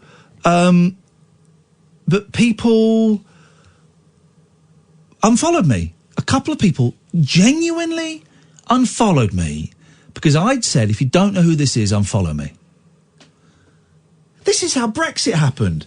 You just say something to some people and they go, okay, I'll do that then. And I just thought, and then I'm arguing with someone because, and then I did what was obviously a spoof apology. I'm really sorry. I want to apologise to everyone who was upset by my photo of Jonah Louis. My photo of 80s pop star Jonah Louis. I didn't mean to cause offence and I'm really sorry. Yeah, obviously a joke. Then I've got some people going, what are you apologising for? You don't need to apologise for that. Don't be proud. And some people going, okay, yeah, no, I accept the apology. Thank you. What is going on? So here's what I've learned today is... here's what I've been reminded of today. Twitter is not a place for humour. It's not a place for jokes. It's not a place for much warmth. It's a place for arseholes. Mainly. There's some good people that follow both of us, good people that listen to the show. But it really is. It's a microphone for arses. That's all it is. And no humour. There's no nuance. There's no... I don't know. It's just depressing, man. I've got to say that it's very rare that you see someone on Twitter go, I completely misread that. I apologise. Yeah. Instead, they double down. Well, here's the thing, and the woman said, I'm really upset by you singling me out and the abuse I got. And I replied, I've not seen any abuse, your DMs are closed, but I'm really sorry.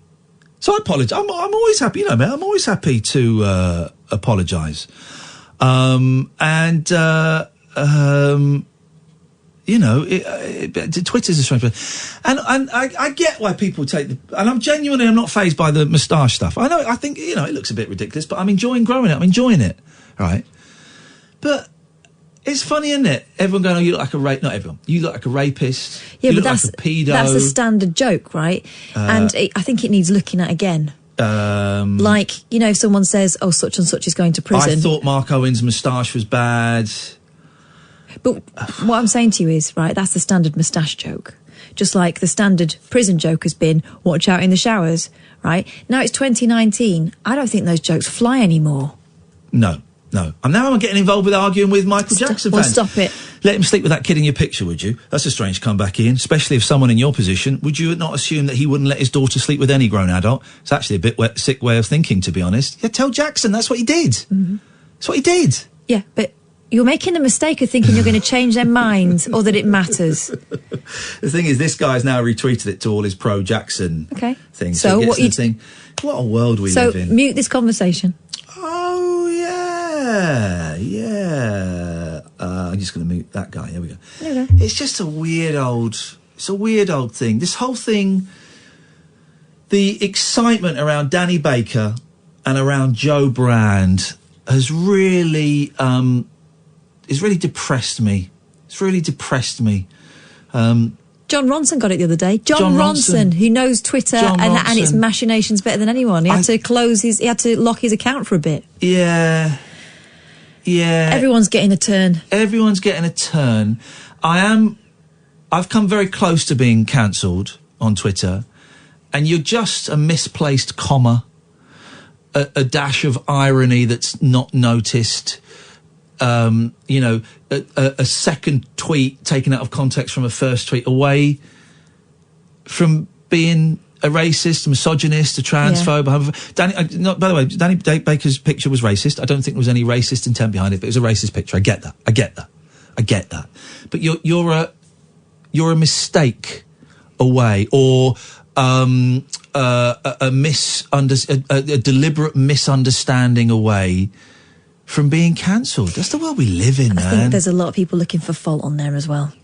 Oh, God, totally. But also, maybe we've set too much store in it. Why are we bothered about what the people think? It does seem like something happens and it's a weird reaction, if you think about it, to go, I've got to put it on Twitter. Yeah.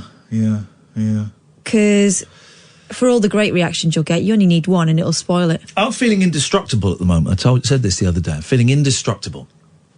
So all of this is just, you know, my wings are like a shield of steel. Who was that? Batfink. I used to love a Batfink. Bit of Batfink. My wings are like a shield of steel and I'm feeling indestructible. Tomorrow I might not feel indestructible, and then I've learnt to kind of stay away from all of that stuff. But at the moment I'm just, as a student of human nature, I'm fascinated and I'm saddened by how gullible we all are. Even you and me, right? Yeah. We get sucked into these things. Of course. We're all gullible.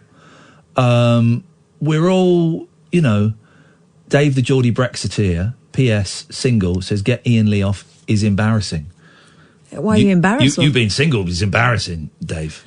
If you don't want to be, there's nothing about that. You call, give us a call, Dave, 0344 499 1000. But, yeah, we all get sucked into it. It's a weird state of affairs. It's because we think we all know what the game is now. We've kind of been trained. Yeah. But actually, have a look at the game you're playing. Because there was something that happened the other day where I've taken to tweeting positive things. You know, if something impresses me or I think something might be useful to other people, I'll put it on. But I don't tend to slag people off on Twitter. I certainly wouldn't at them.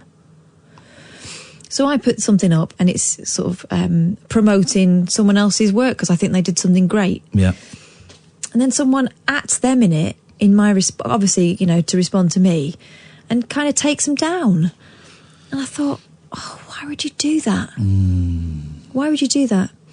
It's the Russell Brand thing. Yeah, and it's kind of part of the same feeling of I don't think you should talk behind people's backs. Yeah, but don't say anything at all. I hate those people, and one of my aunts is one of them. I'm just saying. Listen. I just say it how it is. No, you're being rude. You say it how you think it is. You're rude, and also those people don't like it when you say how it is to them. Yeah. I haven't spoken to my aunts on my mum's side since Mum went in a care home. We fell out. Well, I spoke to them briefly because I tried to make peace and they weren't interested. Oh well, I'll see you at the funeral. That'll be it. I'll see you at Mum's funeral. That's when I'll see them, and I'll never see them again. I've tried to make peace. I've been the grown up, and they're going off having their petty little whatever it is. But this whole thing of all right. Here's what I'm going to do. I'm going to delete all my tweets now.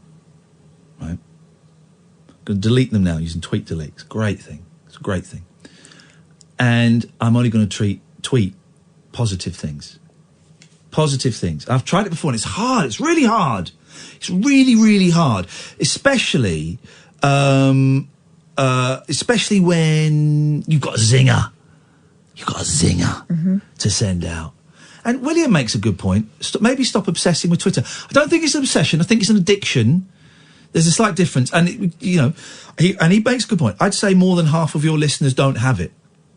He's probably right. Yeah, good for them. He's probably right. All right, we'll have a quick break. 0344 499 1000 is the telephone number. I'm about to delete all of my tweets. This is the Late Night Alternative on Talk Radio.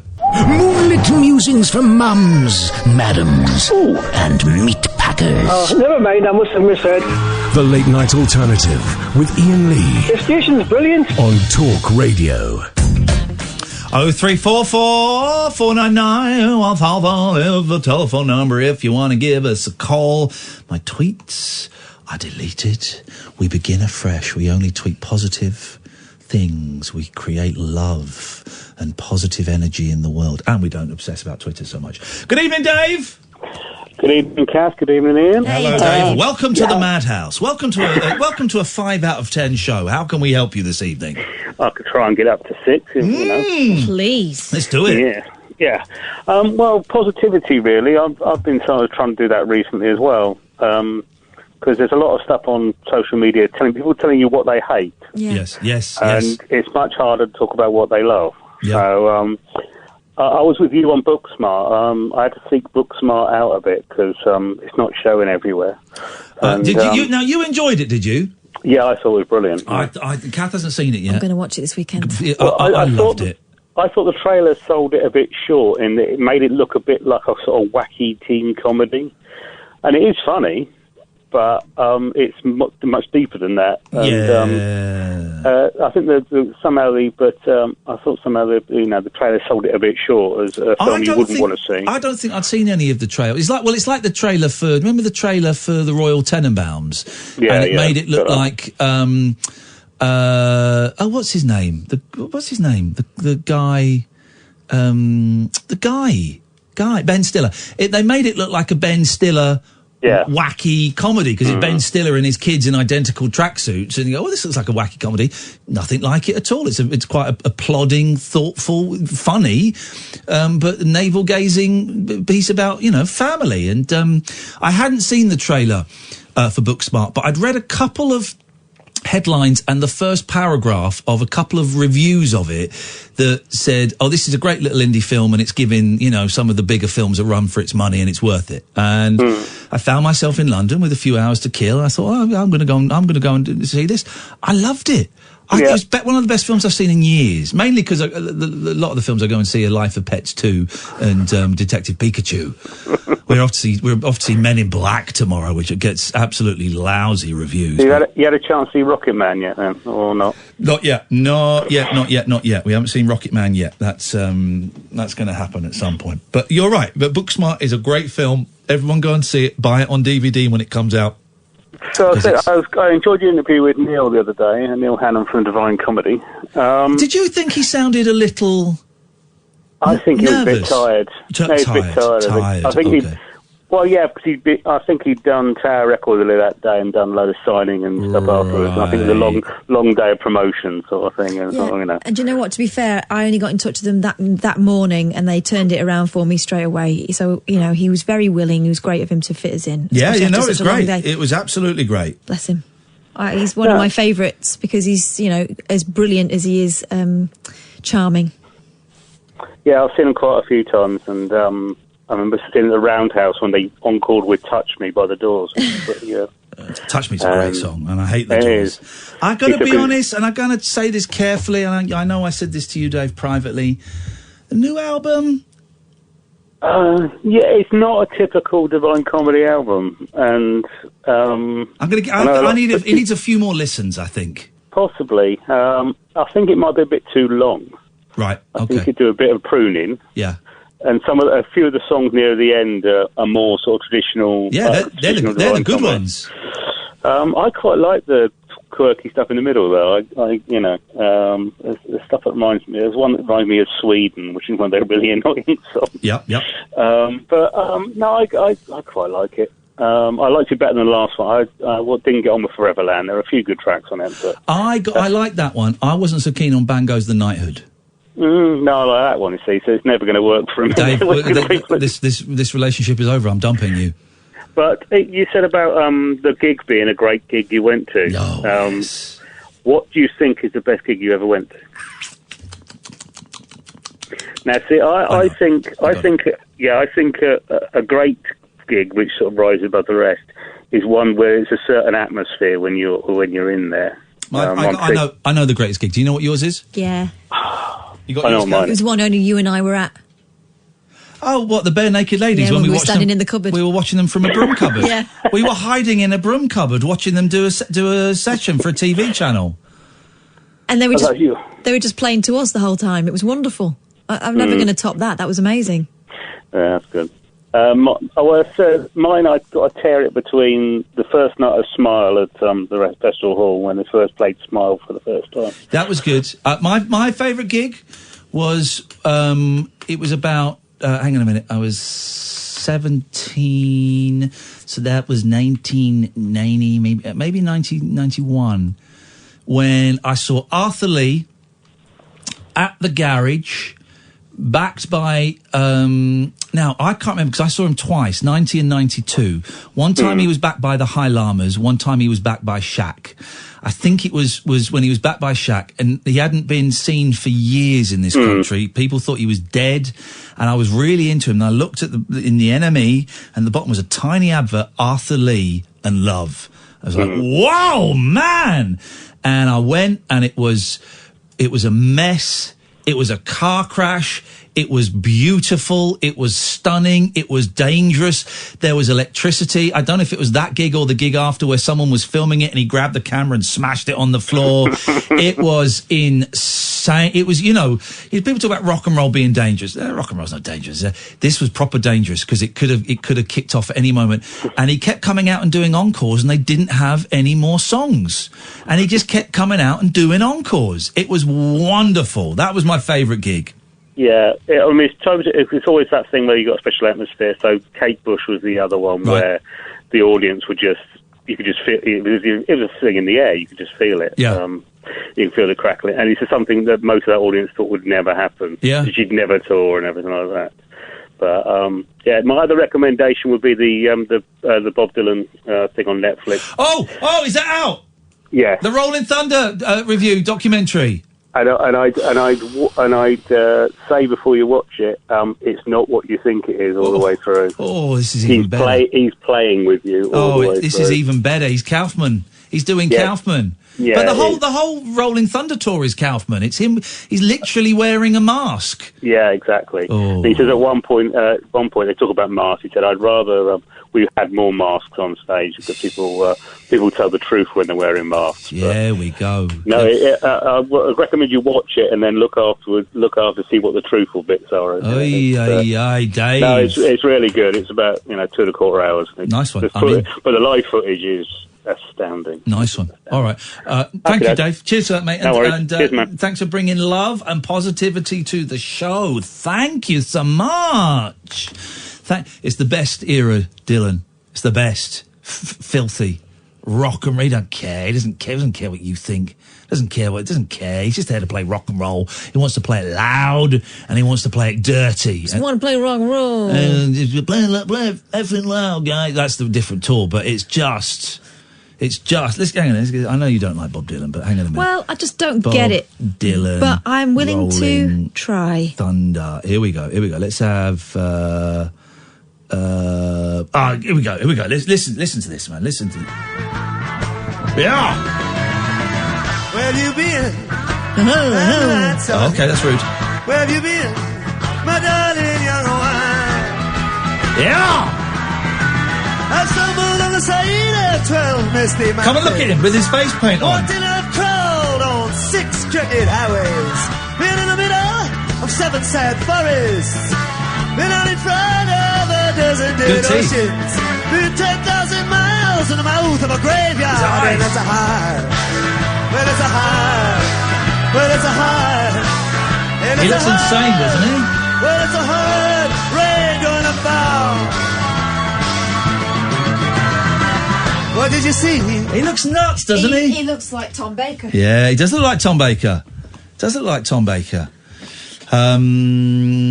Love it. 0344 499 1000 is the telephone number. I'm kind of writing tonight's show off.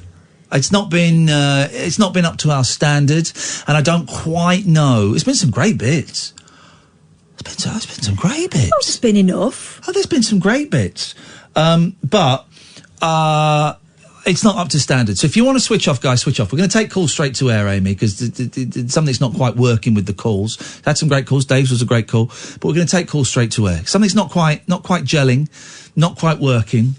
I tell you what we're going to do after midnight. Could you change your shirt? No, I can't do that now. I think it's stuck to my skin, actually. No. I think it's nice. I think it's pretty. Next time I come around your house and meet your kids, I'll wear it. Oh, my God. That'll blow the kids' mind!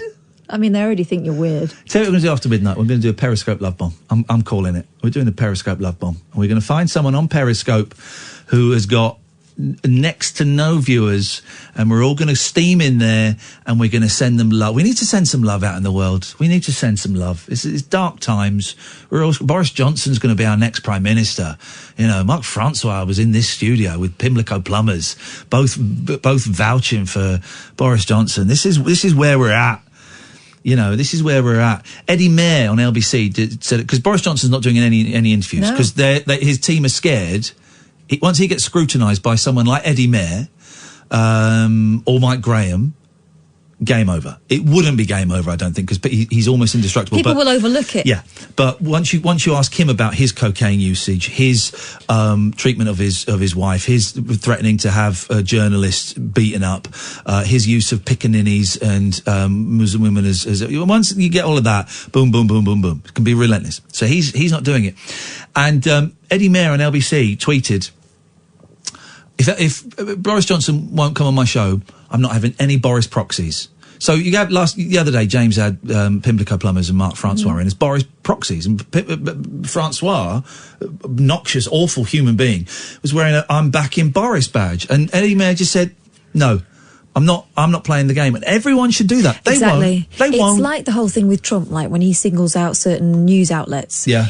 Really, what would be wonderful, and I would like to see, as you know, my background is in journalism, is everyone asking the question that they got banned for, right? So you get an answer to the question, or it becomes quite evident that everyone wants to know the answer to the same question, and if he's not going to answer it, then no one's going to talk to him. Or people just not going to his meetings, people not dancing to his drum. Yeah. I nearly sent a mean tweet. Stop it. It's this Entertainment Daily. Well, stop it. They're just having a go at everybody, and so I'm just going to block them. Blocked. There we go. Blocked. Gone. That's it. Blocked. That's it. It's good. Who are they anyway? It's one person. It's one kid in a bedroom. Here's the thing, right?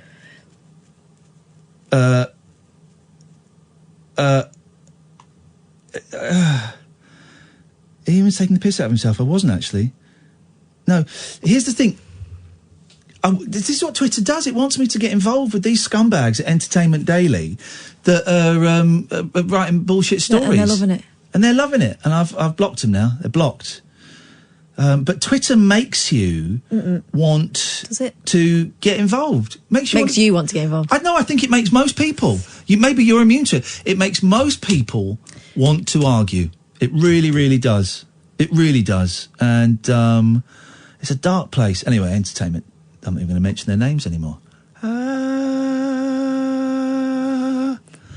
There you go, you see. There you go. 0344 499 1000 is the telephone number if you want to give us a call. You'd be very welcome, but we're going to take calls straight to air. We're going to do a Periscope love bomb. Here's the thing, sometimes the show doesn't work as well as the others. It's not a bad show by any stretch of the imagination. It's just a little bit, I don't know, we're disappearing up our own backside a little bit maybe. I don't know, I'm tired, got a bit of a headache, want to go home. My back is still killing me. I've got a massage booked in for Wednesday now. I had to move it, but massage booked in for Wednesday because I was in so much pain today, and the boys wanted to play, and they were like pulling my arm. And I used to say, lads, I cannot do it, man. I can't. I'm walking hunched, walking slowly. I'm going to go into Risborough tomorrow. There's a charity shop that's got a load of walking sticks. So I'm going to buy a walking stick just because it hurts to be stood up. State of me, 46. And I'm only just as well. And I'm buying a flipping walking stick. That's where I've got to in my life. Awful situation to be in. Right. This is what's going to happen. The last hour, well, it may not. I was going to say the last hour is going to be great. It might not. The last hour might suck as well, but we're going to try and do something a little bit different. Fire up your phones, your tablets, your lappies, your laptops, your PCs, your Macs. We're going to go and do a Periscope love bomb. We're going to find somebody who has got hardly any viewers whatsoever, and we are going to bombard them with love, with positivity, and see if we can maybe make their evening a little bit more excitable. We're also going to take calls straight to air. So if you want to give us a call, you can do. Don't phone up. Hang on a second. Well, someone's phoning up now. Let me just tell this person. We're doing calls straight to air. Could you phone us after the news? Oh, yeah, sorry. Who is that? It's Cara. Hey, Cara, yeah, if you give us a... Oh, you're arguing with those people. I can see, yes, I can see. Sorry. Don't, it's funny that I know they tried to correct you and they got it wrong. Give us a call after the news. All right, darling, we'll do. Cheers, ta-ta, bye-bye. Okay, bye. Bye-bye. Oh, I put the wrong fader down. It's funny, thought I put the fader down. I put the wrong fader down. So we'll take calls straight to air. We can salvage something out of this. Don't you worry, dear listener. 0344 499 1000 is the telephone number. This is the Late Night Alternative, weeknights from 10 on Talk Radio. Talk Radio. The Late Night Alternative with Iain on Talk. We have ways of making you talk. Well, I'm not trying to kiss and tell, but I've been seen with Clara. I've never been with anything less than a 9. So fine, I've been on fire with Sally Field, gone back with a girl named Bo, but somehow they just don't end up as mine. It's a death-defying life I lead. I take my chances.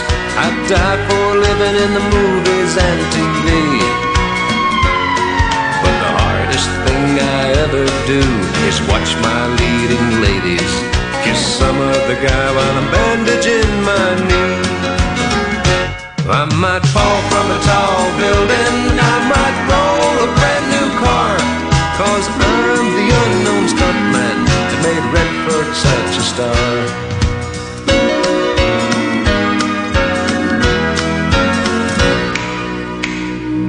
I've never spent much time in school, but I taught ladies plenty. It's true, I hire my body out for pay. Hey, hey, I've gotten burned over Cheryl Teague's, blown up for Raquel Welch. But when I wind up in the hay, it's only hay. Hey, hey, I might jump an open drawbridge or Tarzan from a vine, 'cause I'm the unknown stuntman that makes Eastwood look so fine. Let's do this.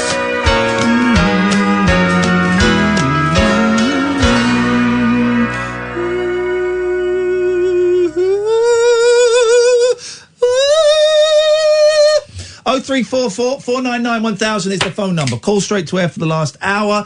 Get your Periscopes on. We're going to go and play a bit of Periscope Love Bomb. I'm going to find somebody and I'm going to give the cue.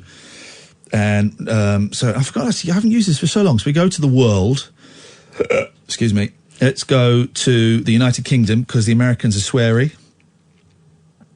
Let's go to the UK. Now, does blue mean they... what is red live or is that live? Oh, this looks interesting. Now, we got to hover over the dump buttons. Everyone hover over their dump buttons because we just don't know what we're going to get because we're going to go live. Right. No, I don't know what that is. Let's try this. I need to put my headphones on so I can hear it. Done some basic investigations, and it was very unfortunate. The body was confirmed to be Alex. Whoa! That one. Now that's a weird one. That's entitled "There's Been a Murder," and it's only 3 people watching, and it's a guy in complete silhouette. That is probably libelous. Yeah. So let's go to... Let's try over here. Let's see what we got here. This guy's got 8 people. Let's see. He's wearing a quick... Oh, yeah. And it's about the future, obviously. We've had this guy before.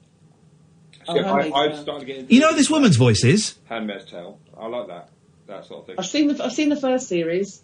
I've Hello, got the Ian. Hello, Ian. Second series recorded. Is that Julie? It's Julie Prunes! Hello, Ian. How you doing?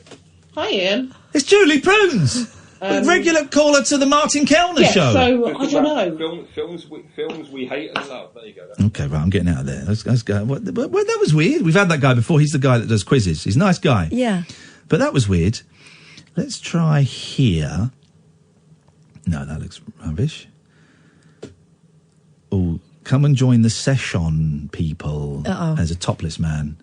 So, But now, look at the spambling there's going to be swearing there. There's young guys. I suspect they may have had a few fizzy pops up their nose, possibly, and there's going to be swearing there. Yeah, it's a session. There's a session on. Let's try this. Okay, no, don't want that. It's all right. We'll take our time. It's not. It doesn't look as popular as it used to be.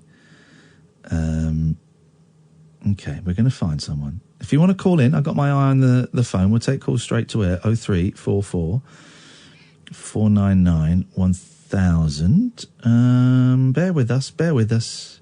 Here's the joy of this. It probably won't work. It's not really been working tonight as a show, so let's see if this works. There's not many people doing it. The blue means it's not live. We want a red one. We want red is what we want. Let's see. They've all gone. Well, it's Friday night. Maybe they're getting lives. No one's getting lives. What's that? Rising. Okay, let's just have a little look first. This is a guy in what looks like a hotel or a dorm. He's got headphones on. And he's got his mixing desk by his sink. And he's playing what can only be described as terrible, terrible music. Okay, so that's a no-no. We missed My House from All Angles, which is a shame. I would have enjoyed that.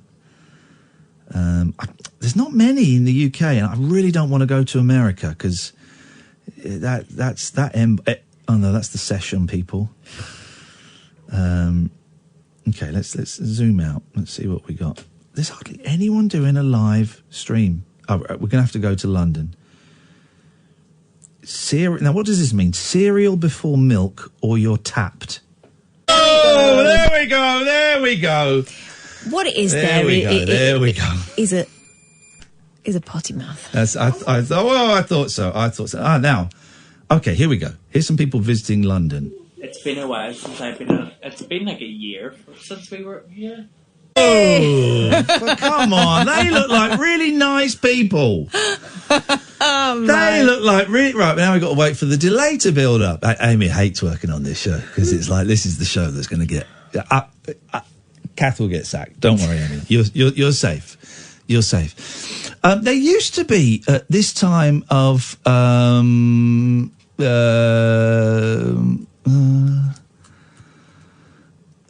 okay, right. I'm just going to mute. Okay, there used to be really busy on Periscope at this time of night, but now there's nobody. I mean, do we?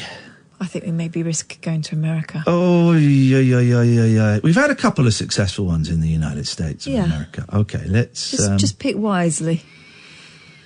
Okay. Also, it's a little earlier there, so maybe they've not had so much chance to get on it. Okay, we got.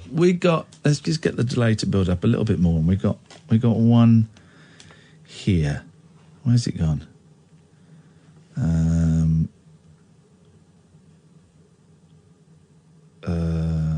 No. Where'd that guy go? Here we go. This guy could be good.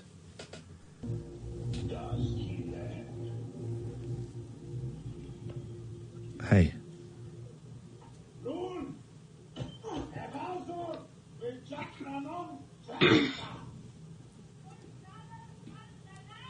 I can't. He's a kid. I suddenly had a moment of, I can't. He's a child. Let's go down. Let's get some gumbo. Let's go to New Orleans. Let's go down south.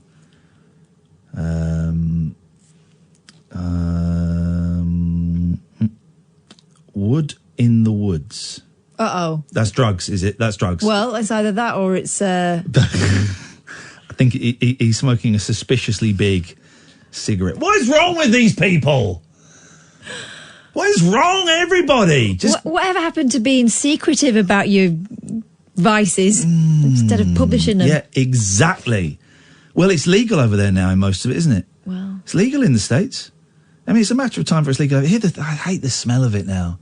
I just hate the smell of weed, and it's everywhere. And you just think, flipping heck, man. Just stop. This might be. Well, I don't think this is going to work because there's no one. There's no one here. There's a kid. That's weird. Here we go. This could be good. So much. Expensive healthcare. I suppose if it was bad with Max when you were in the UK. Yeah, exactly. He's just so, like... Don't swear. It's just unpredictable, honestly. Like, this morning, when it was like 5 a.m. my time, he was texting me so much, like... Right. Oh my God, got free parking. Oh my God. All right. Like, I have We're going in. to be off work. She's in bed sick is the title. Don't go in until I say, guys. I'm going to give you a 5-second countdown, so don't go in yet. I'm going to ask you to get it lined up and then go in when I count down. So we all go in at once. Her name is at Amy Lou 223. AMYLOU 223. Right? And I'm about to share it on Twitter. Amy Lou. No. I don't think that works. I've got a different name come up. Hang on a minute. Everyone, just cool out. www.periscope.tv/ it might be this one. WMYAAIN. WMYAAIN. Is that it? No, it doesn't. No. How does it work? I can't remember how Periscope works. Amy Lou 223. It's Amy Lou 223. Yeah, I've got it's it. Amy Lou 223. Right. So here we go. I'm tweeting it. So in the count of 5, 5, 4. Got Amy Lou 223. 5, 4, 3, 2, 1. Boom. Everybody join Amy Lou 223. Let's get these numbers up. I'm hovering How did over. you get? Like, no, he just acts like I'm always gonna be around 31. it. She had 12 when we started. Hi.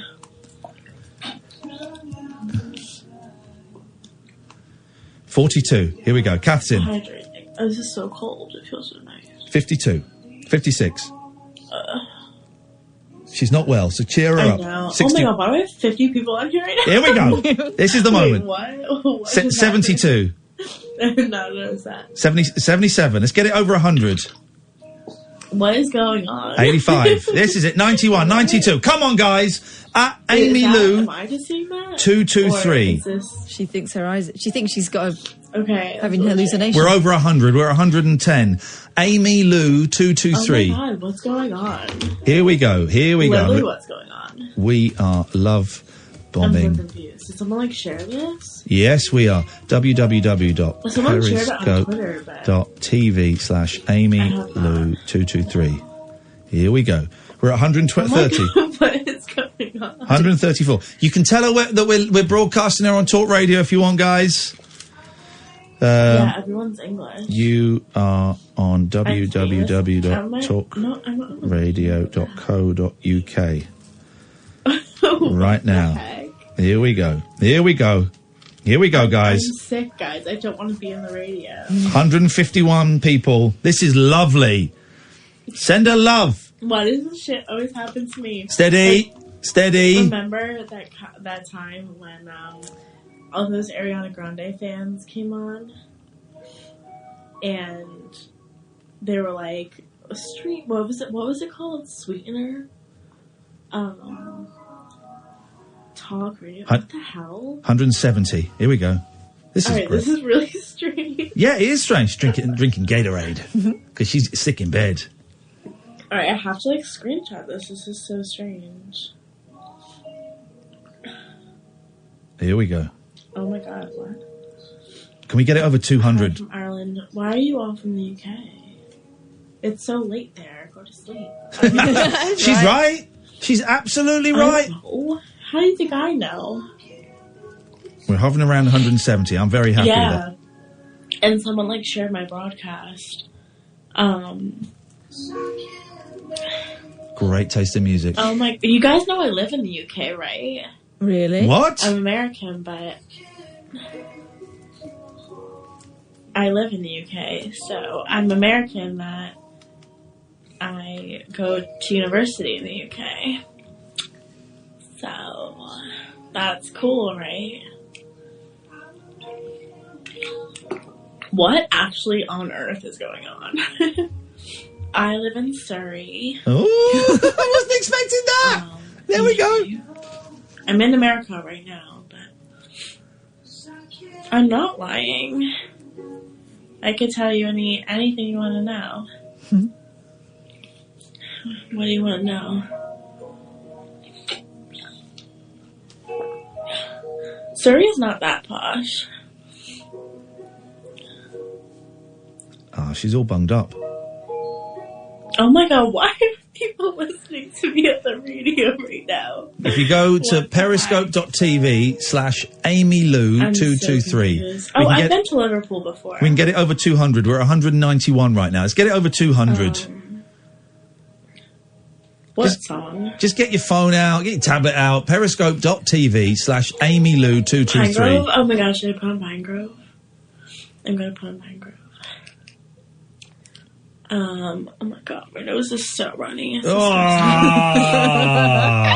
got a full-on nose wipe. Or should I put on Christian music? No, the UK people don't like Christian music.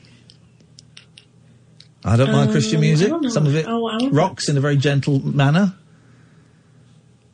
We're giving you a love bomb. Oh my God, it's so much. This is disgusting. What's Ghostbusters 2? There we go. There we go. You see the old. Can you guys even hear the music? I don't even know. That's not a very Christian attitude to throw around an F-bomb like that, is it? What?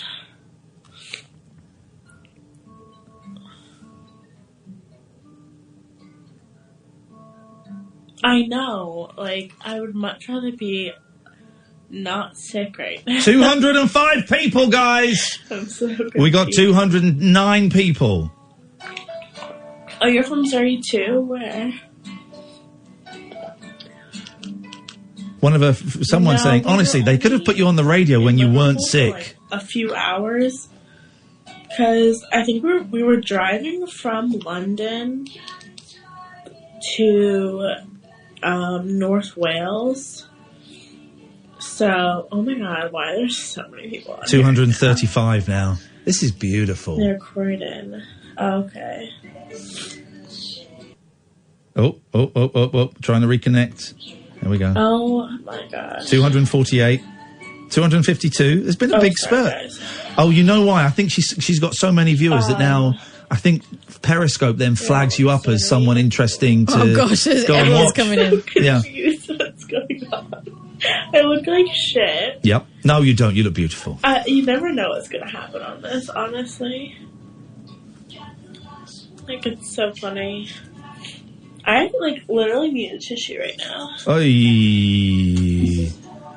Yeah, it is. I'm really close there. I'm, like, 15 minutes away. Okay. Well, listen, I think we've had enough from this young lady, so we're all going to bid her goodbye, and we're going to leave, okay? We are wishing you the best. I know, this is my 15 minutes of shame. And now we are off. Oh, what's up, yeah? Do listen to www.talkradio.co.uk. Thanks and good. Do I want a room tour? Bye. Oh, you're doing a room tour? No, so you might not want it. Guys, we're going to say goodnight. We're going to leave in 5, 4, 3, 2, 1. Everybody leave. Everybody leave. There we go. She was nice. She was nice. I've forgotten they were fun. We'll do another one because that was good. It wasn't the one. No. It was good. It wasn't the one. I missed a phone call that we were getting as well. We'll take a quick break. Call straight to air. Periscope Love Bomb 0344 499 1000 is the telephone number. This is Talk Radio. Whispering lunar incantations for cross-parents, cross-dressers. Yeah, did you know this about me? And cross-rail workers. Steel and polycarbonate. The Late Night Alternative with Iain Lee. I've got a very poor internet connection. On Talk Radio. Welcome back. I've found someone. It's a punt. Right. It's a real punt. It's a real punt, this guy in Glasgow, right? It's a real punt. What you want? What you want? I block you and you go out. I'm not talking anything about you. You need to just watching and be quiet. Now. Oh my God. I know. Right, we've got full delay. We're okay. Right.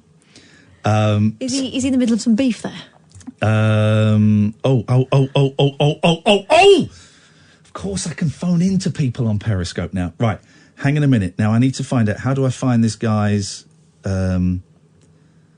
share live? Post on Twitter. Right.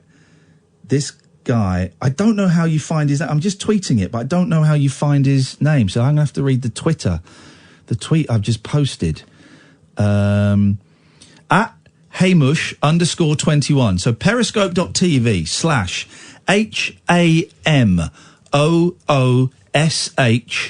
_21 at Hamish 21 so it's periscope.tv/ this. Now we might have to bail out of this one quickly. I've just got a vibe. It's a guy in sunglasses with a woolly hat on, sat in a very dark room in Glasgow. HAMOOSH _21. Join now, guys. What could possibly go wrong? Join now. Periscope.tv/HAMOOSH _21. Here we go. We're going in? We're in. Go.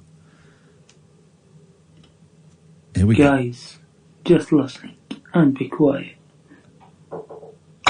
Okay? I'm going to try and phone in.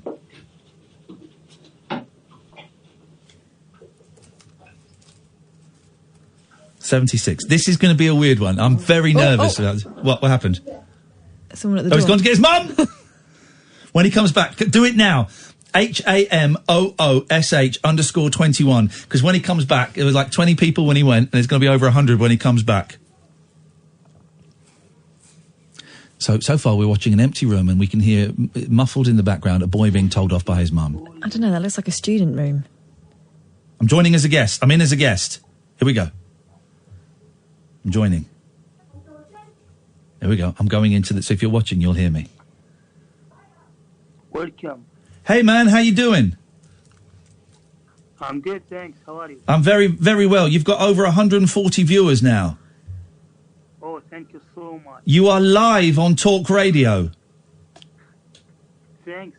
We are broadcasting you on www.talkradio.co.uk. Wow. Yeah, whoa. People were listening. You want to join HAMOOSH_21. How you doing, man? I'm good. Thanks. How is your life? My life is... there are some ups and downs. My night. Oh, the night is going very, very well. Can I ask, you're in Glasgow, are you? Yeah, I'm in Glasgow. You're in Glasgow. If I'm not mistaken, though, if you can boost that a little bit, the computer... If I'm not mistaken, that's not a Scottish accent, is it? Yeah, because I'm living in not from Scotland, you know. Where are you from originally? What do you think I am? It sounds some kind of Middle Eastern to me. I'm going to say, I'm going to take a punt. I'm going to say Iraq. Yeah, that's sure. Is that right? Yeah. Yes, mate! How long you been over here, man? 4 years. 4 years. And how are you finding it? It's amazing. People is smart and friendly and anything is awesome. Glasgow, Scotland and Glasgow, a little bit different from Iraq. Anywhere. From Iraq, though, isn't it? Of course, it's definitely not the same. Not the same at all. And are you working or are you a student? What do you do? I'm studying. What are you studying? Drama, you know. Hey! Really? Yes, that's why I bought glasses in the night. You look very cool. Why are you wearing a hat in the night? Because I make style new and people when people watching me first time is new style because people watching face, you know. Yeah. So where do you study? Where are you at college? Where are you studying? Yeah, college. Brilliant. And so you want to be an actor, director, writer? Yeah, actor. Yeah. Hey man, fantastic. I studied drama about like 25 years ago. I studied drama. That's good. And now I couldn't get any acting work because I wasn't very good. But now I'm hosting a radio show. Me and my friend Katherine, who's here as well, we were up in Glasgow a couple of weeks ago doing a show up there. Wow. Yeah. But this is number one is people coming. When I make a new life, is people coming again or just in one time, you know? For tonight, well, I'm going to follow you. Hang on a minute. How do I give you... I don't know how to follow you because I'm not very good at this. I'm going to follow you. I'm going to share your broadcast. Hang on a minute. The broadcast is being shared so we can get some more people in. I don't know how to follow you, man. There's got to be a button. There we go. Follow. I've got it. I'm in, brother. And the next time we come to Glasgow, you're going to come. And you are going to be our guest of honour in Glasgow. Because I need to go now and I come. Did your mum tell you off? Okay, I will come. Anything you want here? All right, man. Hey, listen, fella. It's nice to talk to you. Thank you for being such a good sport. Thank you for not swearing. Thank you. Good night, man. Very much. Very much indeed. Thank you. Thank you. There we go. We left that. What a nice guy. Thanks for guys for coming. And I will come again and see you later. Thanks. Say goodbye, everyone. Goodbye. Thanks. Nice to meet you, everybody. What a nice guy. Good night. I'm not sleeping. I coming right now. You know, guys? We can see your eyes. 5 minutes or 10 minutes. Oh, he's going to be back in 5-10 minutes. See you guys. Okay. I hope you have a great day. See you. His hat is massive. His hat is huge. Oh, there we go. That was the one. We can stop there now. That is the one. I knew there was one in there. That was fun. What a nice guy. Yeah, he was sweet, wasn't he? Wish we could have talked a bit more because that whole thing of Iraq, been here for 4 years, wants to be an actor. That's some life. Yeah, he'll have a story. He'll have seen stuff. Mm-hmm. He'll have seen stuff. What a nice young man. I couldn't work out how old he was because it was dark, because the accent made it difficult to age him. I reckon about 15. I would have said maybe 17. But yeah, we're Somewhere around We're there. in that ballpark. Hello, line 1, you're on the wireless. And suddenly the show has a vibe, all because of a young Iraqi actor. Thank you, brother. Yes, line 1, what can we do for you? That's you, 7852. Oh, is that me? Yes.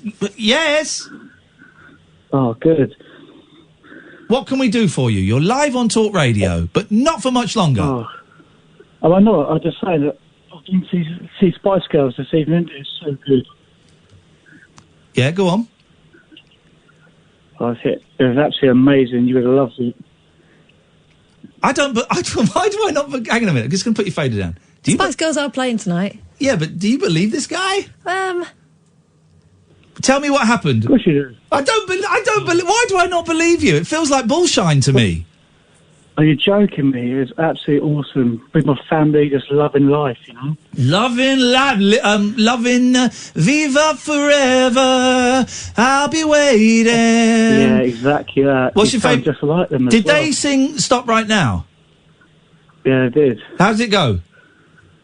Oh, yes. Thanks very much for your call. Buddy! Line 2, you're on the wireless.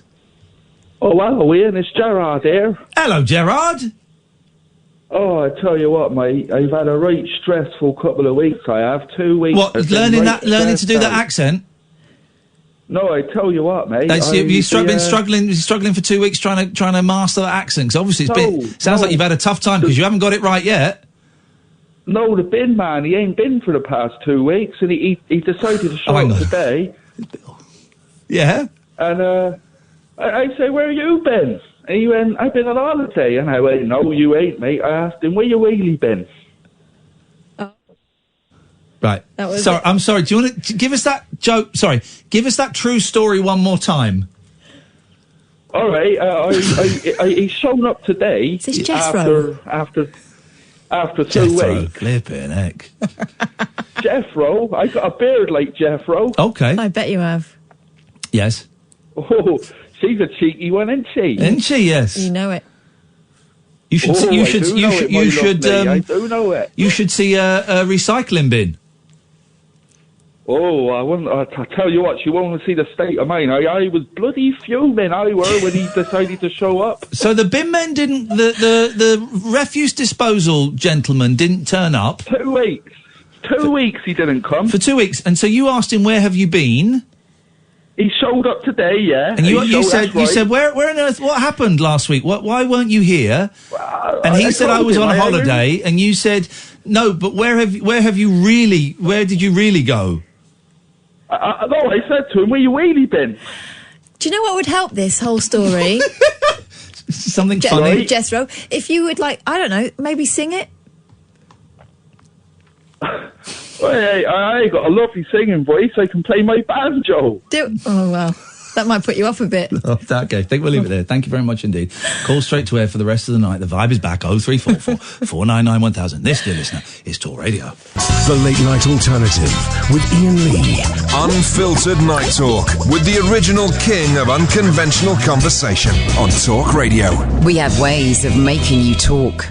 The show was saved by a young Iraqi actor. Fantastic. What a nice guy. I tell you what, 20 minutes of the show left. I think it looks like Mark Dolan's in tonight. I've seen Dolan. Yes, mate. Seen Dolan pouncing around like he owns the place. If we don't get any more calls, we'll go back to that lad and have a chat with him. Because I liked him. We'll go back and have a little chitty-chatty with him. What have you got, Kath? 0344 499 1000. Hang on, a call's just coming in. Then we're going to get a story from you, Katherine. All right. Let's go to line 1. Line 1, you're on the wireless. Hello, Ian. It's Jason here from South London. Well, I've been living in LA for quite a while, but I just thought I'd phone in the show. You sound like David Bowie, Jason. No, David Bowie. I'm a big fan of his music, though. There's a starman waiting in the sky. He liked to come and see I'd like to sing some more, but this voice makes my throat hurt. Okay, that's fair enough. Go on, away you go. That was all you had. Okay. Line 2, you're on the wireless. Hello. Yes? Hello. Yes? Every time I listen on a Friday, it's really weird. Could it be that it's you? You know, like dodgy callers. It's like a joke on a Friday. Fridays are a little bit. There's an energy in the air. It's the weekend. People are relaxed a little bit. I think we have smaller listeners. We have less listeners than fewer. No. It's definitely less. I've seen the figures. Trust me, it's less than the rest of the week. People are drunk. People are high on drugs. All these things are happening. So what can we do for you tonight? Not a lot. Okay, thanks for your call. Let's go to line 3. Good evening, line 3. You're on the wireless. Hello, Ian. It's Rainbow George here. Yes. Hello, George. What can we do for you? Well, Ian, I just want to tell you about a call I made to Radio Lincolnshire. I think we're fine, George, but thank you so much for phoning up to tell us about another call you made to another station. Let's go to line 4. Line 4, you're on the wireless.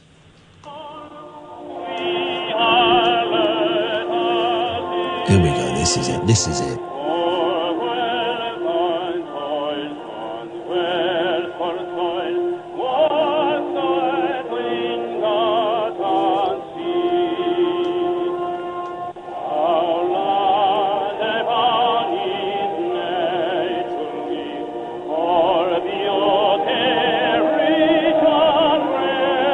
It's beautiful, this. Feels a bit nationalistic in some, but I don't know which nation. Is it German? I'm thinking Welsh. Okay.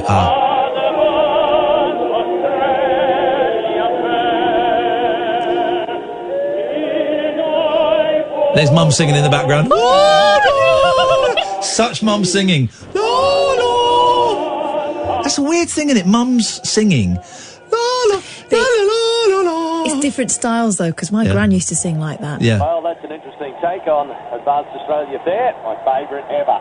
Okay, I think maybe Australia Fair. Okay, Australia Fair. Thank you for that call. They were singing in English. It's a strange thing. Flaming glass. The flaming glass. Line 2, you're on the wireless.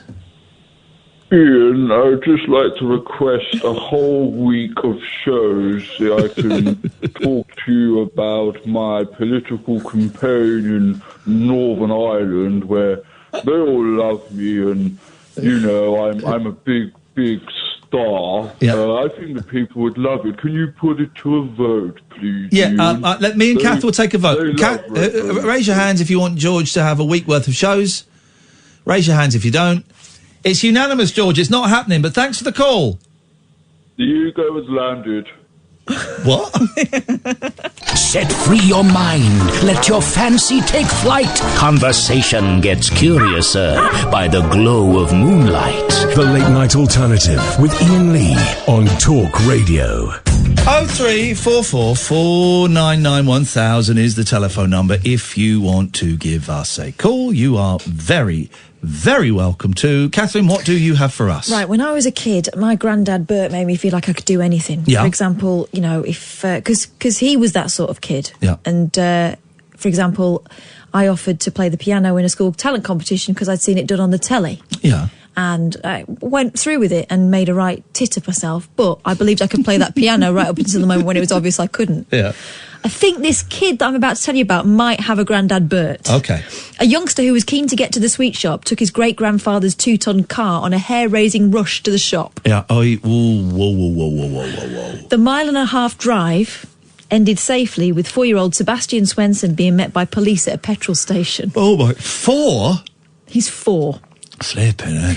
It started at about 8:30am when Sebastian's mother Jenna realised he was missing. The boy had used his great-grandpa Roy Becker's Zimmer frame to push the car keys off a hook and hopped into the Hyundai Santa Fe when no one was looking. Wowzers.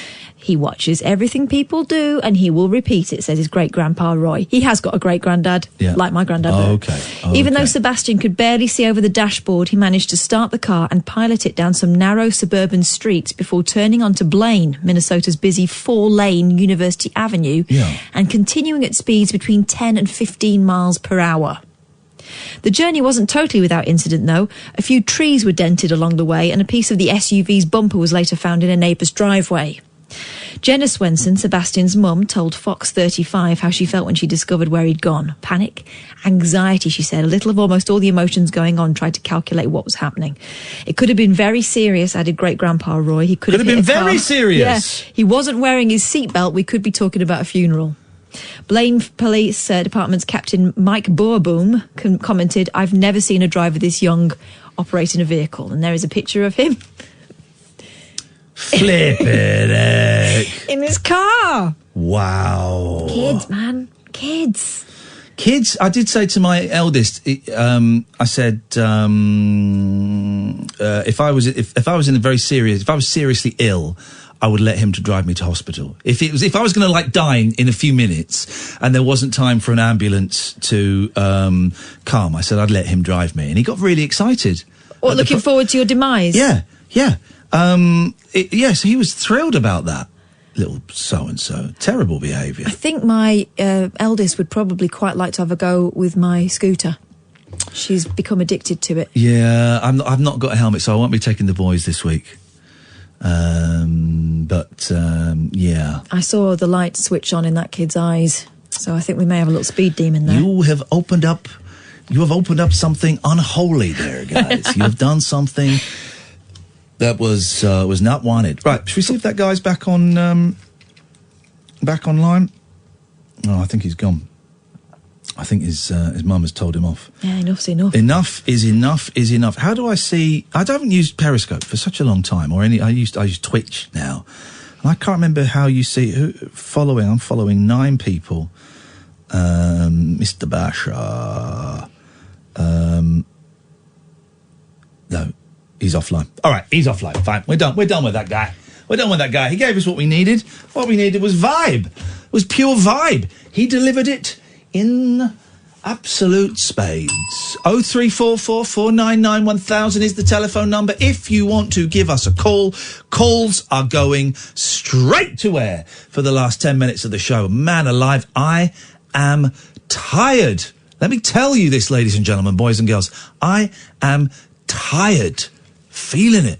You feeling it? I'm feeling it. Although I did have a really good long sleep this morning. Did you? It was wonderful. I set my alarm clock for midday Yeah. because I get up, take the kids to school, get back in bed, right? Yeah, okay, that's fine, fine. And so I thought... A lot of alcoholic mums do it. I'm not saying you are. I'm just saying that's what a lot of... I'm a night shift worker doing my best, man. You tried this. We're not night shift. This is the night shift. No, it's not a night shift. This is operation. This is a late shift. All right, well, it's the night, right? No, it's not a night shift. It's night time. Dolan's doing a night shift. Paul Ross does the night. This isn't a night shift. It's a late shift. That's all it is. Late shift, I think, is about 8 o'clock. This is proper night. You're Anyway, yes. Whatever. Yes. So I climbed back into bed and I thought, I'll have a couple of hours. 12 o'clock latest. I'll probably wake up before then. No, I didn't. You do a lot of thinking in bed, don't you? I think some of my best thinking gets done in bed. Also in the shower. Do you think in bed, Chris? I do, but can I play you a play? Play me a play? And sing me a sing. And draw me a draw. Yeah, please play us a play. I mean, who needs vibe in the last 10 minutes? Play us a play, brother. Yes. By Dylan Thomas. Oh. You don't play us all a play. Under Milkwood. To begin at the beginning. Yep. Best place to start. It's Liz Taylor's husband, Rock Hudson. Richard Burton. Richard Burton doing that. Yeah, I like things like this. You like who? I like Dylan Thomas. I'm glad you're enjoying it. We can't hear it. We can't hear it, and we don't want to hear it. Oh, thank you. You're very welcome. I know I'm boring. No, Dylan Thomas is boring when it's being played at very, very low volume and infringes copyright laws. But tell us why you love it so much, Chris. I do apologise, sorry, if I infringe on copyright rules. That'll get us off. I watched in the best theatre in Swansea, in a little theatre, about 30 people in Swansea. Yes. That was the best. Watching a play I like watching little plays like that. I like watching plays. I like theatres. I like the magic of the theatre, the drama of the theatre, the comedy of the theatre. I like theatre. Yes. Yes. I do as well. There you go. When was the last time you went to the theatre? I go to the Grand down in Swansea. What was the last thing you saw? I went to watch a comedy show. Oh, okay, I'll ask you again. What was the last thing you saw? Mickey Flanagan. Oh, yeah.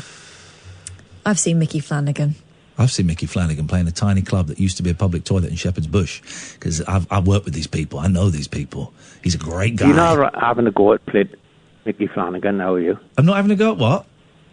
You're not having a go at him. No, I just said I said he's a great person. Yeah. Yeah. Why would that be? Why would that be having a go at someone? How could you interpret that as having a go at someone? Sound a little bit sarcastic there. No, he's a great person. I think he's funny, actually. Yeah, he's a great person. I mean, I don't know. I think you're finding beef where there is none. Okay, I do apologise, sorry. Apology is not accepted. All right, okay, all right. I know, perhaps I'm being a bit paranoid. So what can we do for you, Chris? I don't know. Okay, thank you very much for your call. Let's go to line 2. Good evening, line 2. Make it a bit louder. Thank you.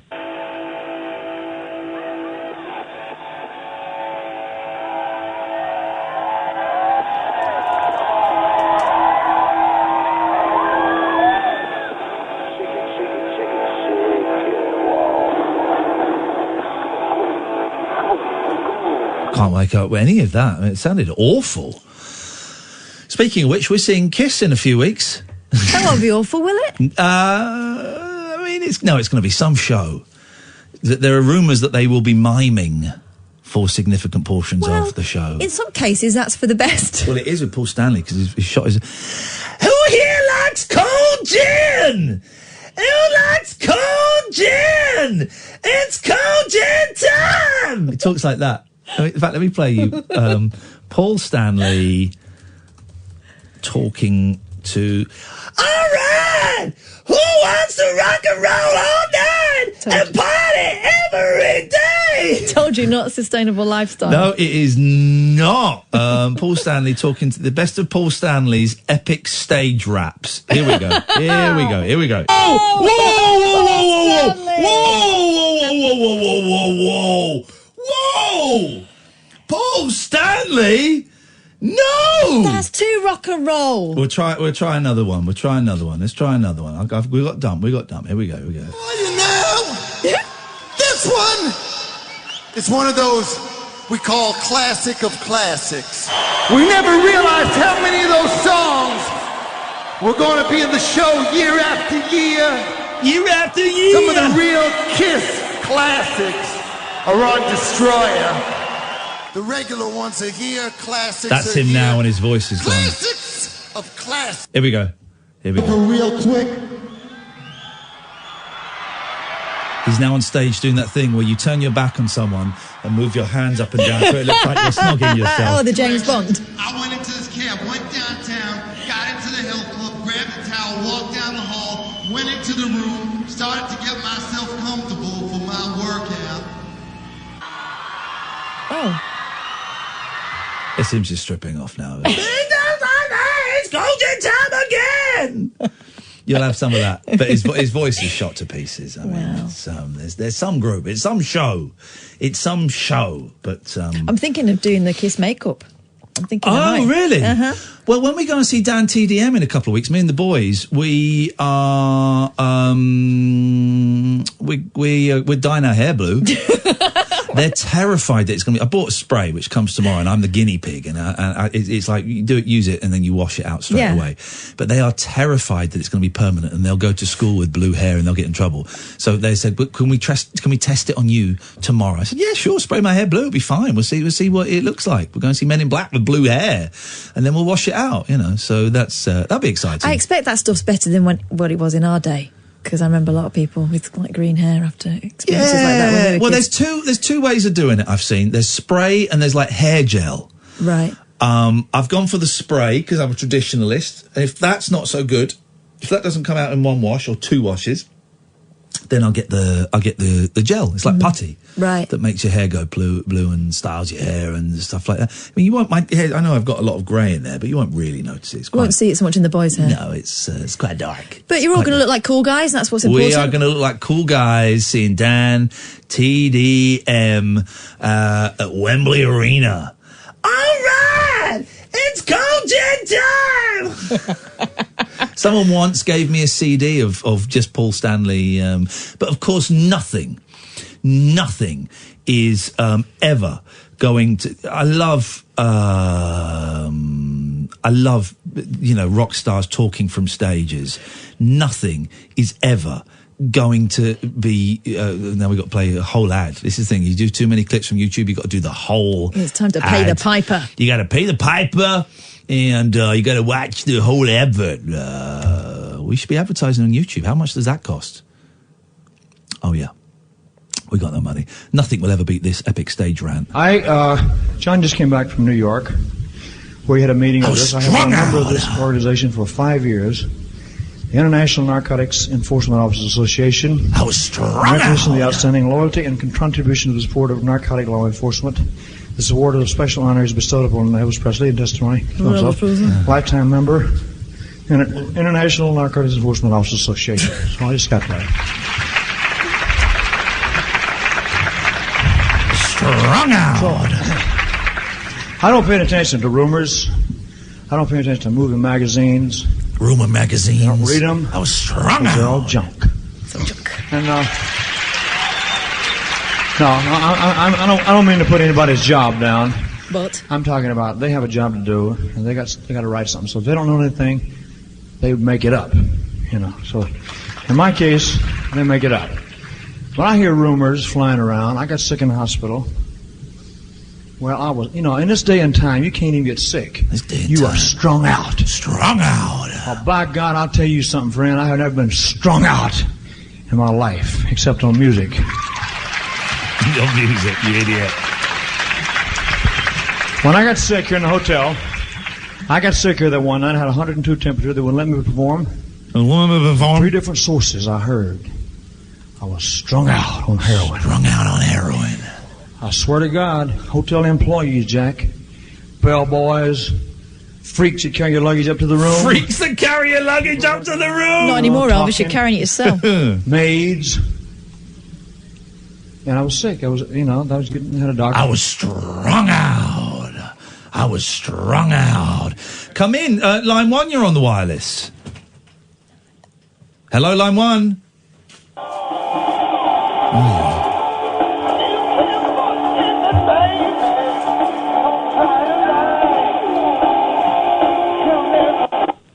It's a really bad bootleg of Kiss playing Love Gun. Good evening, Mark Dolan. It's brilliant to be here. And normally my ego prevails. Yeah. And I always think my voice is like, primus inter pares, Very primus inter pares. I was saying that last time, isn't it? Yeah. All primus the time. inter pares. We are, each of us, including yourself, Katherine, we are all here because of an element of ego which makes us, it's like, why should everyone else be at home listening and we're the ones talking? Well, it's the makeup of our personalities. That's why I have a bell. However, there is one occasion when my ego shrinks, and it's in the company of you two, because when I speak on your show, it means less of your show, and to me that is a thumbs down. We were just playing clips of Elvis Presley saying he was strung out. It's not Elvis is an interesting character.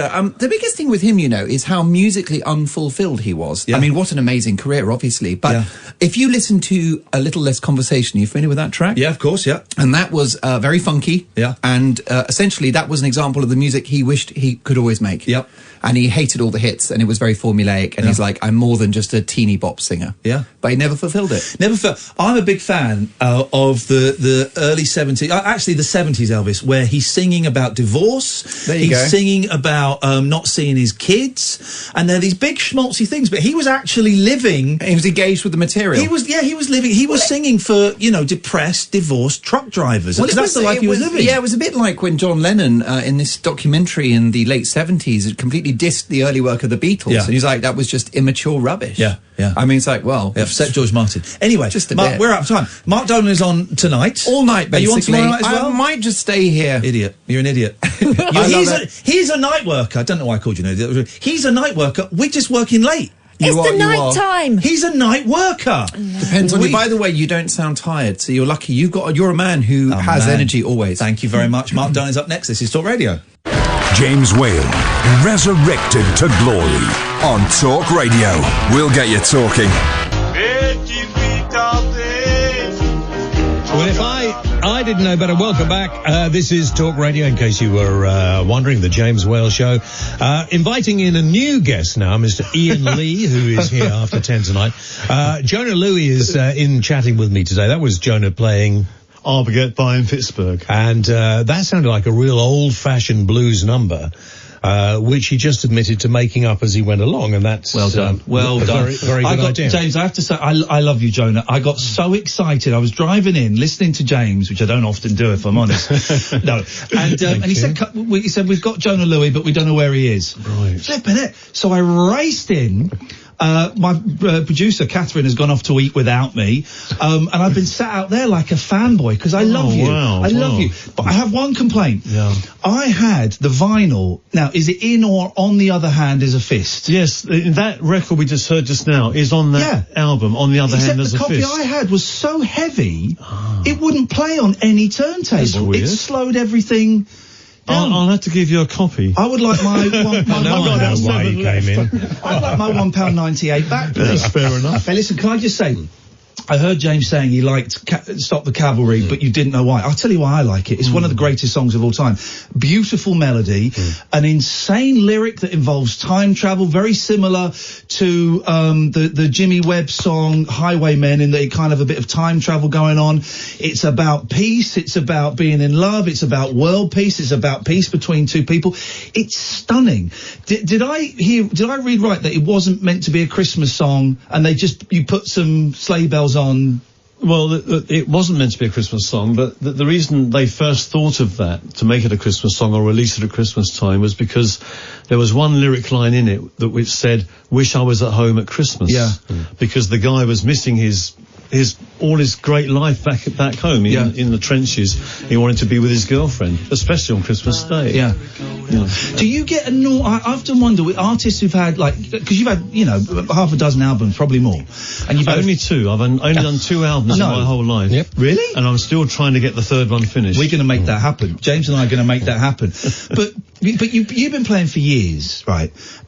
And Cavalry comes around every single Christmas. Do you ever get a bit of that, oh God, not that song again? Or are you full of joy that it's still going? I'm extremely thankful. Yeah. That it's something that kind of... The interesting thing is that actually, because Iain is a huge fan, I've liked you but Iain is a fan, and that's a different sort of thing. And the amazing thing is about that record is it has very serious content, but a really happy, jolly little tune that everybody can just hum to, as we talked before. It's the sort of thing everybody hums to. And actually, when I think about it, I'll play it when we finish, just before the news again, and we could all listen, because I blame myself as well. Lots of us just don't listen to the tracks a lot. My wife used to always say, did you know, and she always listened to the lyrics. Yeah. And like a lot of people, I just listen to the tune quite often. And you should listen to the lyrics. And that particular record, you're right, particularly for the 75 years since the D-Day landings, that is fairly appropriate, isn't it? Well, I mean, when I was a kid and liked something like The Fat Man by the Fats Domino, I would love what he was singing, but hadn't a clue what he was singing about. Because it was a deep sort of southern accent, you know. Yeah. Like I'll Get By in Pittsburgh, actually, is very difficult to know what the lyric is. So to me, it's also can be just another instrument, you know. But it's good to have lyrics like Yesterday. Yeah. A lot of those old, like blues songs, the Fats Domino stuff, they're filthy as well, full of really obscure sexual innuendo that the British kids, they didn't know what Bopaloo Bop meant, you know. They didn't have a clue. Well, it means Bopaloo Bop Bop. Bopaloo Bop. That's why Elvis was seen to be rather dangerous, especially for white Anglo-Saxon Protestants in England. You know, baby, let's play house. Yeah. You know, that's very rude, actually. Milk Cow Blues, you know. I think we're opening James's ears here to Phil. Did you... I'm just thinking that, you know, you're on After 10, I'm not. No, you're right. Robert Johnson was the worst, but I won't quote that lyric. Oh, the one about going to the ball. No, the one about... The lemon being there we go. Thank you very much indeed. Yes, thanks, Jonah. Yes. Did you do these pop stars? You just can't trust them. There's ladies outside as well. Did you do He's that very famous? old-fashioned. You noticed that? He's a gentleman at heart. Did you do that infamous Stiff Records tour where everybody swapped around each night? Were you part of that? I did a tour called the Be Stiff Tour. Right, okay. Who was on that with you? And that was Reckless Eric and Lena Lovitch, Mickey Jupp and Rachel Sweet. Wow, what a lineup. What got you, because you're about 4 years younger than me, what got you so interested in this sort of music? I'll tell you exactly why. What year was the party? Was it 82, 81? That was 1980. Well, I was 7. Oh, wow. And I'd never seen anything like it on telly. Top of the Pop. My sister, loved you, and she had all the records and stuff. But I'd never seen anything like you on telly. Pop stars in 1980 were bouncing around it, and you were just big hair, stood there. And I'll be honest, man, you look weird. No, I'm being honest, but you look cool. I was going to say he is weird, but yeah. But it was just this sound, this really almost, monotone. Obviously, it's a very complex thing, but almost monotone. I'd never seen or heard anything like it, and it just excited me. Excited me. Do you reckon? Well, that was lucky. Do you reckon that because you went to Stiff Records and you were in my view in the time and I was on a radio station and punk was happening and where I used to play the Sex Pistols, God Save the Queen at the end of my show every night because I thought everybody used to play the national anthem when television plays out, and that used to annoy a lot of people. But I always thought of you as the sort of friendly punk. Well, I wouldn't know if I'm really in the punk category like Sex Pistols were. No, I don't think you've got quite that far. But there was a lot of punk that merged with things like New Wave and like all the pub rock bands became sort of New Wave. I mean, you are punky New Wave. Now, I don't want to be rude, but I just Googled you, so I know how old you are. And I know, amazing. Yeah, and which are even older than me, and that's saying something. Well. And dressed in the way you do, I mean, I don't see any elasticated waisted trousers or anything going on at the moment at all. Which is the way we should all be going, and I'm sure we are. What was you've been playing with ukulele as well?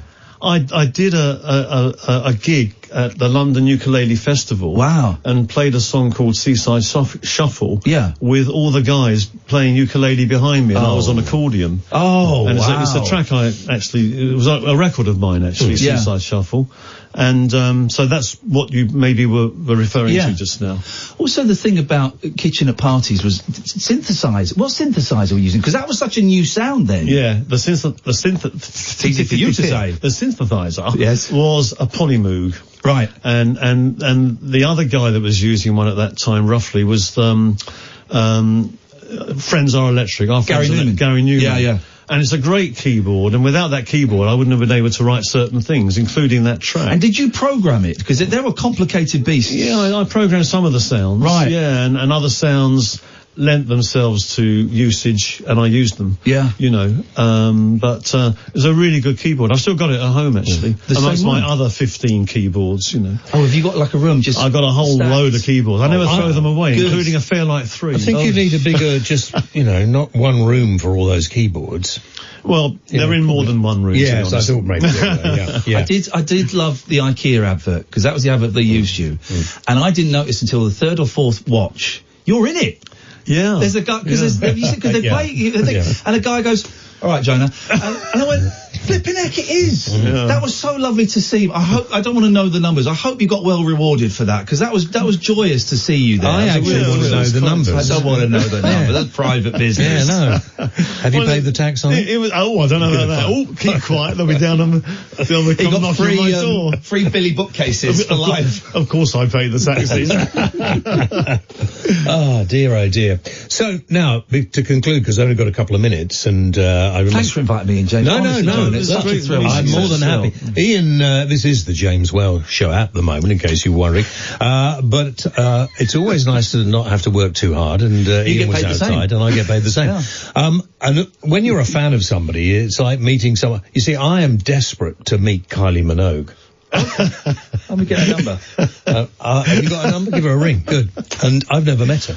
But everybody who was your influences? Because it wasn't Kylie. No, in music. And I've always when I started, I mean, a long time ago, and as a kid, long time back. Will you shush? Not Beethoven, no. I used to go to a club called the Marquee. Not bad. The Marquee in Wardour Street. Oh. You remember the Marquee? Yeah, Alexis Corner, At 16, well, I'm not quite that old. No, but, okay. 10 years after, remember 10 years after? They had a house band at the time called The Time Box that played a sort of bluesy and stuff.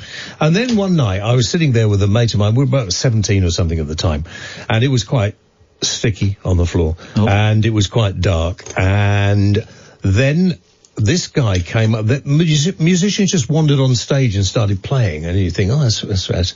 And then a brass section came on stage, and I'd never really seen that before, and it was just really funky. And then a bloke comes on and goes, ladies and gentlemen, please welcome Gino Washington! There we go. The Ram Jam band or something, yeah. And that just took it to another level. Yeah, I can feel the hair on the back of my neck standing up now. I'd never heard anything like it. Weren't there two Gino Washingtons? And that was kind of the blues you were hearing for the first time in a way. It's all kind of related. You know? I don't think there were. I thought there was an American Gino Washington. He was American. Joined the army. No, he was American. He was based over here in the army. Okay. I think he's still alive. Wow. I'd love to get him on, man. Yeah. Introduce him like that as well when he comes in. But it was the musicians who used to do this thing, and they would sing a song about him as well, and it was so slick, like American soul music and blues music. And I used to go between that and kind of fairly heavy raucous stuff. And the Whiskey A Go-Go, the way the Whiskey, I saw Georgie Fame of the Blue Flames. I saw the Whiskey A Go-Go,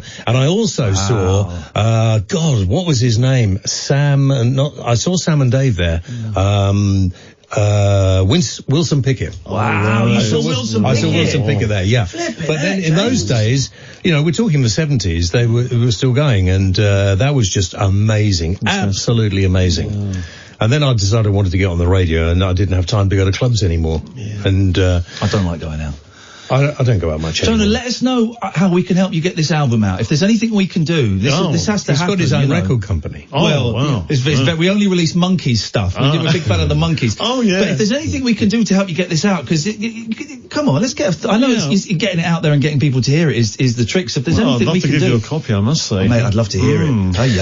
Yes, this please. Love Fest will continue, but in the. Can you stop saying words like that, Cass, in my ears? Because you know what happens? They go in your ear, they come out of your mouth, and then you have to say, well, it wasn't me. And look at that, what's her name? Victoria Derbyshire. I mean, honestly, dear. Jeremy Hunt has complained, hasn't he? He's told people off for getting his name wrong. I'm not surprised, to be quite honest. I'll put it in his mind now. Sorry. I want to have an imagination. Jonah, don't speak, Jonah. Just behave. And what I found most offensive about it, we can all make mistakes. You turn around and say, only men use that word. I thought, honestly, I mean, really. Same way, you can't do anything being a bloke these days, can you? I'm not getting involved in this conversation. I think you should. I really think you should. That's the safest way to do it. Definitely is, yes, Mr. Lewis. Jonah, it's been a delight. Thank you very much. I hope you're not clamped when you go. No, I think it'd be okay. There was definitely a bay there, so I took it. And listen, I do a little bit of live music on a Thursday night on the show. Maybe you come in and play. Oh, geez, delighted. Bring a keyboard in. Yeah. Ian will provide backing vocals. It'll be great. I'm there, brother. I'm there. And he'll get you to come in one night and come on for longer. So that'll be good. You've got all this publicity now for you. It's a great building. Come on the show one night. We'll swap numbers. And very, very welcome one night. Swapping numbers. We'll take a short break. Churchill comes over here to say we're doing splendidly, but it's very cold out here in the snow, marching to and from the enemy. Oh, I say it's tough, I have had enough, can you stop the cavalry? This is Talk Radio.